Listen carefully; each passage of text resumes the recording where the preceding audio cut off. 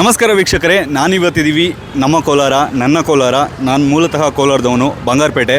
ನನ್ನ ಕನ್ನಡ ಪದಗಳು ಯಾಕೆ ಕೆಲವೊಂದು ಉಚ್ಚಾರಣೆ ಮಿಸ್ಟೇಕ್ ಇರುತ್ತೆ ಅಂದರೆ ಇದೆ. ನಮ್ಮ ಕನ್ನಡ ಬೇರೆ ರೀತಿ ಇರುತ್ತೆ, ಯಾವತ್ತು ಮತ್ತು ಕಾವತ್ತು ಸೇರ್ತಾ ಇರುತ್ತೆ. ನಮ್ಮದು ಕನ್ನಡ ಜೊತೆ ತೆಲುಗು ಜಾಸ್ತಿ ಮಿಶ್ರಿತ ಇರುತ್ತೆ. ಸೊ ಇವತ್ತು ಜನನಾಯಕ ಕಾರ್ಯಕ್ರಮದ ಸಲುವಾಗಿ ಕೋಲಾರ್ಗೆ ಬಂದಿದ್ದೀವಿ. ಇಲ್ಲಿ ಯಾರು ಗೆಲ್ತಾರೆ, ಇಲ್ಲಿನ ಜನಗಳ ಅಭಿಪ್ರಾಯವನ್ನು ತಿಳ್ಕೊಳ್ಳೋಣ ಅಂತ.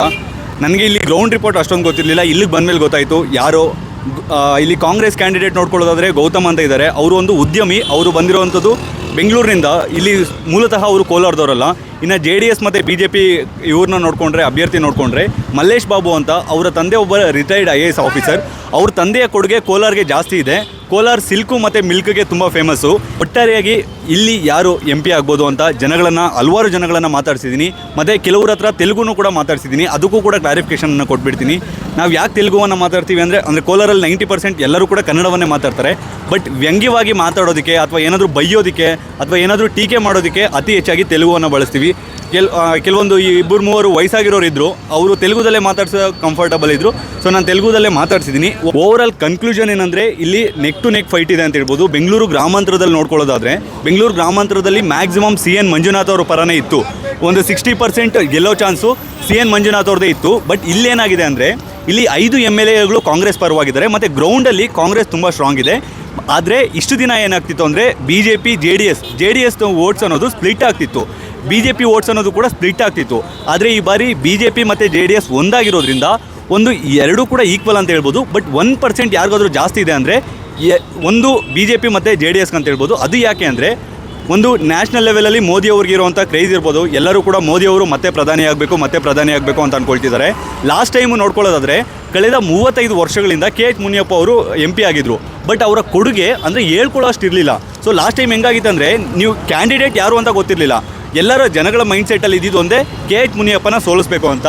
ಈಗ ಅದಕ್ಕೋಸ್ಕರನೇ ಮುನಿಸ್ವಾಮಿ ಅವ್ರು ಗೆದ್ದರು. ಈಗ ಮಲ್ಲೇಶ್ ಬಾಬು ಅವರ ತಂದೆಯ ಬಗ್ಗೆ ಕೋಲಾರ ಜನಗಳಿಗೆ ಅಪಾರವಾದ ಕೊಡುಗೆ ಇದೆ. ಅದು ಏನೇನೆಂದರೆ ಮೇಯ್ನಾಗಿ ಇವಾಗ ಮಾಲೂರು ಆಗಿರ್ಬೋದು ಅಥವಾ ಈ ವೈಟ್ ಫೀಲ್ಡ್ ಕಡೆ ಎಲ್ಲ ಇಂಡಸ್ಟ್ರಿಯಲ್ ಏರಿಯಾ ಹಲವಾರು ಬಂದಿರ್ಬೋದು. ಬಟ್ ಆಗಿನ ಕಾಲದಲ್ಲೇ ಕೋಲಾರ ಪಕ್ಕದಲ್ಲಿ ಒಂದು ಟಮ್ಕ ಅಂತ ವಿಲೇಜ್ ಇದೆ. ಆ ಟಮ್ಕ ಹತ್ರ ಇಂಡಸ್ಟ್ರಿಯಲ್ ಏರಿಯಾನ ಸ್ಟಾರ್ಟ್ ಮಾಡಿದ್ದು ಇದೇ ಮಲ್ಲೇಶ್ ಬಾಬು ಅವರ ತಂದೆ. ಮತ್ತು ಅವರ ತಾಯಿಯವರು ಕೂಡ ಕೋಲಾರದ ಜನತೆಗೆ ತುಂಬ ಹೆಲ್ಪ್ ಮಾಡಿದ್ದಾರೆ. ಮತ್ತು ಮೇಯ್ನಾಗಿ KMF, ನಮ್ಮ ಕೋಲಾರ ಜನಗಳು ಹೈನುಗಾರಿಕೆಯಲ್ಲಿ ಇಷ್ಟೊಂದು ಮುಂದುವರಿಯೋದಕ್ಕೆ ಮೇಯ್ನ್ ರೀಸನ್ KMF. ಸೊ ಆ KMFನ್ನು ತಂದವರು ಕೂಡ ಮಲ್ಲೇಶ್ ಬಾಬು ಅವರ ತಂದೆ.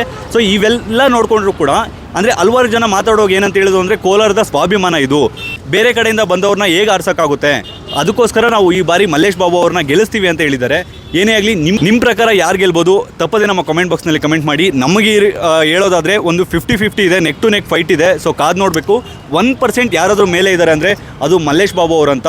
ಅದಕ್ಕೆ 2 ರೀಸನ್ನು. ಒಂದು BJP ನರೇಂದ್ರ ಮೋದಿ ಅವ್ರಿಗಿರುವಂಥ ಫ್ಯಾನ್ಸ್ ಫಾಲೋಯಿಂಗ್. ಎರಡನೇದು ಬಂದುಬಿಟ್ಟು ಮಲ್ಲೇಶ್ ಬಾಬು ಅವರು ಇಲ್ಲಿ ಸ್ಥಳೀಯರು ಮತ್ತು ಅವರ ಅಪ್ಪನ ಕೊಡುಗೆ ಜಾಸ್ತಿ ಇದೆ. ಕಾಂಗ್ರೆಸ್ಗೆ ಏನು ಪ್ಲಸ್ ಪಾಯಿಂಟ್ ಅಂದರೆ ಒಂದು ಕಾಂಗ್ರೆಸ್ ಗ್ರೌಂಡ್ ಲೆವೆಲಲ್ಲಿ ತುಂಬ ಸ್ಟ್ರಾಂಗ್ ಇದೆ. ಮತ್ತು 5 MLAಗಳಿದ್ದಾರೆ. ಮತ್ತು ಇಲ್ಲಿ ಅಲ್ಪಸಂಖ್ಯಾತರ ವೋಟ್ಗಳು ಜಾಸ್ತಿ ಇದೆ. ಮತ್ತು ಹಿಂದುಳಿದವರ ವೋಟ್ಗಳು ಜಾಸ್ತಿ ಇದೆ. ಸೊ ಕಾದು ನೋಡ್ಬೇಕು ಏನಾಗುತ್ತೆ ಅಂತ. ಏನೇ ಆಗಲಿ ಕೋಲಾರಲ್ಲಿ ನಿಮ್ಮ ಪ್ರಕಾರ ಯಾರು ಗೆಲ್ಬೋದು, BJP JDS ಅಭ್ಯರ್ಥಿನ ಅಥವಾ ಕಾಂಗ್ರೆಸ್ ಅಭ್ಯರ್ಥಿನ? ತಪ್ಪದೆ ನಮ್ಮ ಕಮೆಂಟ್ ಬಾಕ್ಸ್ನಲ್ಲಿ ಕಮೆಂಟ್ ಮಾಡಿ. ನೆಕ್ಸ್ಟು ಯಾವ ಜಿಲ್ಲೆಗೆ ಬರಬೇಕು, ಯಾವ ಲೋಕಸಭಾ ಕ್ಷೇತ್ರದ ಮತದಾರರನ್ನು ಮಾತಾಡಿಸ್ಬೇಕು ಅಂತ ತಪ್ಪದೆ ನಮ್ಮ ಕಮೆಂಟ್ ಬಾಕ್ಸ್ನಲ್ಲಿ ಕಮೆಂಟ್ ಮಾಡಿ. ಸರ್ ನಮಸ್ತೆ. ಸರ್ ನಮಸ್ತೆ. ಯಾರಾಗ್ತಾರೆ ಕೋಲಾರ ಮುಂದಿನ MP? ಸರ್ ನಮ್ಗೆ ಗೊತ್ತಿರೋದೇ ಇಲ್ಲಿ BJP JDS ಅಭ್ಯರ್ಥಿ ಮಲ್ಲೇಶ್ ಬಾಬು ಅಂತ. ಕಾಂಗ್ರೆಸ್ ಅಭ್ಯರ್ಥಿ ಯಾರು ಅಂತ ಗೊತ್ತಿಲ್ಲ. ಅಭ್ಯರ್ಥಿನೇ ಯಾರು ಅಂತ ಗೊತ್ತಿಲ್ಲ. ಅವರು ಇಲ್ಲಿ ಸ್ಥಳೀಯರಲ್ಲ ಸರ್. ಇವಾಗ ಯಾರೋ ಗೌತಮ್ ಅಂತಾರೆ. ನಮ್ಗೆ ಗೊತ್ತಿರೋದು ಗೌತಮ್ ಗಂಭೀರು IPL ಇರೋದ್ರಿಂದ. ಮತ್ತು ಗೌತಮ್ ಕೃಷ್ಣಪ್ಪ ಗೌತಮ್. ಈ ಗೌತಮ್ ಯಾರು ಅಂತ ಗೊತ್ತಿಲ್ಲ. ಕೋಲಾರ ಜನ ಇವಾಗ ಹೂ ಈಸ್ ಗೌತಮ್ ಅಂತ ನೋಡೋದಾಗ್ಬಿಟ್ಟೈತೆ. ಯಾರು ಗೌತಮ್ ಯಾರು ಅಂತ. ಈ ಎಲೆಕ್ಷನ್ ಮುಗಿದ ಮೇಲೆ ವೇರ್ ಇಸ್ ಗೌತಮ್ ಅಂತ ನೋಡಬೇಕಾಗುತ್ತೆ. ಯಾಕಂದರೆ ಎಲ್ಲಿದ್ದಾರೆ ಅಂತ. ಸ್ಥಳೀಯರಲ್ಲ ಅವರು. ಜಾಸ್ತಿ ಟ್ವಿಟರ್ ಯೂಸ್ ಮಾಡಿದರೆ ಅದೊಂದು ಟ್ರೆಂಡ್ ಆಗಿದೆ. ಹೌದು ಖಂಡಿತ. ವೇರ್ ಇಸ್ ಗೌತಮ್ ಅಂತ ಖಂಡಿತ. ಮತ್ತು ಒಂದು ಮನೆಗೆ ಒಂದು ಮನೆಯವ್ರನ್ನೇ ಯಜಮಾನಾಗಿ ಮಾಡಬೇಕು. ಯಾರೋ ನೆಂಟರನ್ನ ಯಜಮಾನಾಗಿ ಮಾಡಿದ್ರೆ ಮನೆ ನಿಭಾಯಿಸೋಕ್ಕಾಗಲ್ಲ. ಹಾಗೆ ನಮ್ಮ ಸ್ಥಳೀಯರನ್ನ ನಾವು ಆಯ್ಕೆ ಮಾಡಿ ಕಳಿಸ್ಬೇಕು. ಎಲ್ಲಿಂದ ಬರೋರನ್ನ ಕಳಿಸಿದರೆ ನಮ್ಗೆ ಉಪಯೋಗ ಏನು ಅಲ್ವಾ? ಹಾಗಾಗಿ ನಮ್ಮ ಸ್ಥಳೀಯರು ಮಲ್ಲೇಶ್ ಅವರು ಸದ್ರೋಹಿಗಳು, ತುಂಬ ಒಳ್ಳೆಯವರು, ಒಳ್ಳೆಯ ವ್ಯಕ್ತಿನ ಆಯ್ಕೆ ಮಾಡಿ ಕಳಿಸೋಣ ಅಂತ ಜನ ತೀರ್ಮಾನ ಮಾಡಿದ್ದಾರೆ ಸರ್. ಸರ್ ಪ್ರಧಾನಿ ಯಾರಾಗಬೇಕು? ಪ್ರಧಾನಿ ಖಂಡಿತವಾಗಿ ಮೋದಿ ಆಗಬೇಕು ಸರ್. ಯಾಕೆ ಸರ್? ಮೋದಿಯಿಂದ ಏನು ಆಗಿದೆ ಅಂದರೆ ಇವರು ಏನು 5 ಗ್ಯಾರಂಟಿ ಕೊಟ್ಟಿದ್ದಾರೆ. ಖಂಡಿತವಾಗಿ ಡಿಜಿಟಲೀಕರಣ, DBT ಡೈರೆಕ್ಟ್ ಬೆನಿಫಿಟ್ ಟ್ರಾನ್ಸ್ಫರ್ ಇಲ್ಲ ಅಂದಿದ್ರೆ 5 ಗ್ಯಾರಂಟಿನೂ ಜನಕ್ಕೆ ಮುಟ್ತಾ ಇಲ್ಲ. 10 ವರ್ಷದ ಹಿಂದೆ ನೋಡಬೇಕಾಗಿತ್ತು. ಯಾವುದೇ ಸ್ಕೀಮಿಂದ ಆಗಲಿ ಸಬ್ಸಿಡಿ ಅಮೌಂಟ್ ಬಂದೈತೆ ಅಂದರೆ 1000 ರೂಪಾಯಿ ಬಂದರೆ 100 ರೂಪಾಯಿ ಕೂಡ ಜನಕ್ಕೆ ತಲುಪ್ತಾ ಇಲ್ಲ. ಇವಾಗ ಅವ್ರು ಮಾಡಿರೋ ಡಿಜಿಟಲೀಕರಣ ಆಗಲಿ DBT ಆಗಲಿ ಪ್ರತಿಯೊಂದೂ ಡೈರೆಕ್ಟ್ ಬೆನಿಫಿಟ್ಗೆ ಟ್ರಾನ್ಸ್ಫರ್ ಆಗ್ತಾಯಿದೆ. ಅದರಿಂದ ಮತ್ತು ನಮ್ಮದು ಆರ್ಮಿ ನೋಡ್ಬೋದು ಇದೆಷ್ಟು ಸ್ಟ್ರಾಂಗ್ ಆಗಿದೆ, ಮತ್ತು IAS ನೋಡ್ಬೋದು ಎಷ್ಟು ಚೆನ್ನಾಗಾಗಿದೆ. ಎಲ್ಲ ಒಂದೊಂದೇ ಹಂತ ಹಂತವಾಗಿ ಬದಲಾಗ್ತಾ 10 ವರ್ಷದಲ್ಲಿ ತುಂಬ ಬದಲಾವಣೆ ಆಗಿದೆ. ಅದಕ್ಕೆ ಮೋದಿನೇ ಬೇಕು ಅಂತ ಹೇಳ್ತೀವಿ. ಆ್ಯಕ್ಚುಲಿ ಹೇಳ್ಬೇಕಾದ್ರೆ 2008ರಲ್ಲಿ ನಮ್ಮ ಭಾರತದ ಹೃದಯ ಭಾಗ ಆದಂಥ ಮುಂಬೈಲಿ ಅಟ್ಯಾಕ್ ಆಯಿತು ನವಂಬರ್ 26. ಅಲ್ಲಿ ನಾವು ಪ್ರತಿದಾಳಿ ಮಾಡಿದರೆ ಹೊರತು ಅವರು ಯಾರು ಮಾಡಿಸಿದ್ರು ಅಂತ ಅವ್ರ ಮೇಲೆ ದಾಳಿ ಮಾಡಿಲ್ಲ. ಅದೇ 2019ರಲ್ಲಿ ಪುಲ್ವಾಮಾ ಅಟ್ಯಾಕ್ ಆಯಿತು. ಒಂದು 15 ದಿವಸದಲ್ಲಿ ನಾವು ಸರ್ಜಿಕಲ್ ಸ್ಟ್ರೈಕ್ ಮಾಡಿ ತುಂಬ ಅವರು ಇದೆಲ್ಲ ಹೊಡೆದು ನಾಶ ಮಾಡಿದರು ಮೋದಿಯವರು. ಅದರಿಂದ ಆರ್ಮಿಯವ್ರನ್ನೇ ಕೇಳಿ, ಸಾಮಾನ್ಯ ಜನ ಆರ್ಮಿಯವ್ರನ್ನೇ ಕೇಳಿ, ಅವ್ರು ಡೈರೆಕ್ಟ್ ಹೇಳ್ತಾರೆ ನಮ್ಮ ಮೋದಿ ಬಂದಮೇಲೆ ನಮ್ಮದು ಜೀವನ ಆರಾಮಾಗಿದೆ, ತುಂಬ ಸೆಕ್ಯೂರಿಟಿ ಕೊಡ್ತಾ ಇದ್ದಾರೆ, ಫುಲ್ ಸೆಕ್ಯೂರಿಟಿ ಸ್ಟ್ರಾಂಗ್ ಆಗಿದೆ, ಆರ್ಮಿ ಸ್ಟ್ರಾಂಗ್ ಆಗಿದೆ ನಮ್ಮದು. ಪ್ರತಿ ದೇಶದಕ್ಕಿಂತ ನಮ್ಮದು ಆರ್ಮಿ ಸ್ಟ್ರಾಂಗ್ ಆಗಿದೆ. ಅದರಿಂದ ಮೋದಿ ಖಂಡಿತವಾಗಿ ಬೇಕೇ ಬೇಕು ಅಂತ. ಸರ್ ಇನ್ನೊಂದು ಚೆನ್ನಾಗಿ ಹೇಳಿದರೆ ಆರ್ಮಿ ಬಗ್ಗೆ, ಅರುಣಾಚಲ್ ಪ್ರದೇಶಲ್ಲೂ ಇತ್ತೀಚೆಗೆ ಇಶ್ಯೂ ಆಗ್ತಿದೆ. ಫಸ್ಟ್ ಎಲ್ಲ ಭಾರತ ಸೈಲೆಂಟ್ ಆಗಿರ್ತಿತ್ತು ಏನೇ ಇಶ್ಯೂ ಆದರೆ. ಇವಾಗ ಚೀನಾ ಅವ್ರು ಏನು ಹೇಳ್ತಿರೋ ಅದಕ್ಕೆ ಡಬಲ್ ಕೌಂಟರ್ ಕೊಡ್ತಿದ್ದಾರೆ. ಹೌದು. ಈ ಬದಲಾವಣೆ ಬಗ್ಗೆ ಚೀನಾ ಏನು ಅಂದರೆ ಚೀನಾ ನಮಗೆ ವಿರೋಧ, ಪಾಕಿಸ್ತಾನ ಹಿಂಗೆ ವಿರೋಧನೂ ಚೀನಾನೂ ವಿರೋಧವಾಗಿದೆ. ಸ್ವಲ್ಪ ಜನ ಬಾರ್ಡರ್ ಇರೋದ್ರಿಂದ ಅರುಣಾಚಲ ಪ್ರದೇಶ ಆಗಲಿ ಇಲ್ಲ ವೆಸ್ಟ್ ಬೆಂಗಾಲು ಮತ್ತು ಅಸ್ಸಾಮು ಅಲ್ಲೆಲ್ಲ ಅವ್ರು ಚೀನಾ ಇದು ಜಾಸ್ತಿ. ಮತ್ತು ಕಾಶ್ಮೀರ ಹತ್ರ ಇದಿದೆ ಯಾವುದು, ಲಡಾಖ್ ನಿಯರ್ ಬುದ್ಧಿಸ್ಟು ಅವರೆಲ್ಲ ಜಾಸ್ತಿ ಇದ್ದಾರೆ. ಅವರೆಲ್ಲ ಖಂಡಿತವಾಗಿ ಚೀನಾಗೆ ಸಪೋರ್ಟ್ ಮಾಡ್ತಾರೆ. ಅದನ್ನೆಲ್ಲ ಕಾಂಗ್ರೆಸ್ ಅವ್ರು ಬಂದರೆ ಬಿಟ್ಕೊಡೋಕೆ ರೆಡಿ ಇರ್ತಾರೆ ಜಾಗನ. ಅದರಿಂದ ಮೋದಿ ಬಂದರೆ ನಮ್ಮ ಜಾಗ ಯಾವುದೇ ಕಾರಣಕ್ಕೂ ಬೇರೆಯವ್ರಿಗೆ ಬಿಟ್ಕೊಡೋದು, ಚೀನಾಗಾಗಲಿ ಪಾಕಿಸ್ತಾನಕ್ಕಾಗಲಿ. ಅದಕ್ಕೋಸ್ಕರ ಮೋದಿ ಬರಲೇಬೇಕು. ಓಕೆ, ಹಂಗಂದರೆ ನಿಮ್ಮ ಪ್ರಕಾರ ಅಕ್ಷಯ್ ಚೀನು ಮತ್ತು ಇದನ್ನೆಲ್ಲ ಬಿಟ್ಕೊಟ್ಟು ಮತ್ತು ಇತ್ತೀಚೆಗೆ ಕಚ್ಚಾತೀವೋ ಅನ್ನೋ ಒಂದು ದ್ವೀಪದ ಬಗ್ಗೆ ಹೌದು. ನಮ್ಮ ದೇಶ ಒಟ್ಟಿನಲ್ಲಿ ಸುಭದ್ರವಾಗಿರುತ್ತೆ. ಹೌದು. ಮತ್ತು ಕರ್ನಾಟಕದಲ್ಲಿ 5 ಗ್ಯಾರಂಟಿಗಳ ಬಗ್ಗೆ ಏನು ಹೇಳ್ತೀರಾ ಸರ್? ಗ್ಯಾರಂಟಿ ಕೊಟ್ಟಿದ್ದಾರೆ ನಿಜ, ಬಟ್ ಪ್ರತಿಯೊಂದು ವಸ್ತುವೂ ಗ್ಯಾರಂಟಿ ಕಡಿಮೆ ಇರುತ್ತೆ, ವಾರಂಟಿ ಜಾಸ್ತಿ ಇರುತ್ತೆ. ಇವರು ಕೊಟ್ಟಿರೋ ಗ್ಯಾರಂಟಿ ವಾರಂಟಿನೇ ಇಲ್ಲ.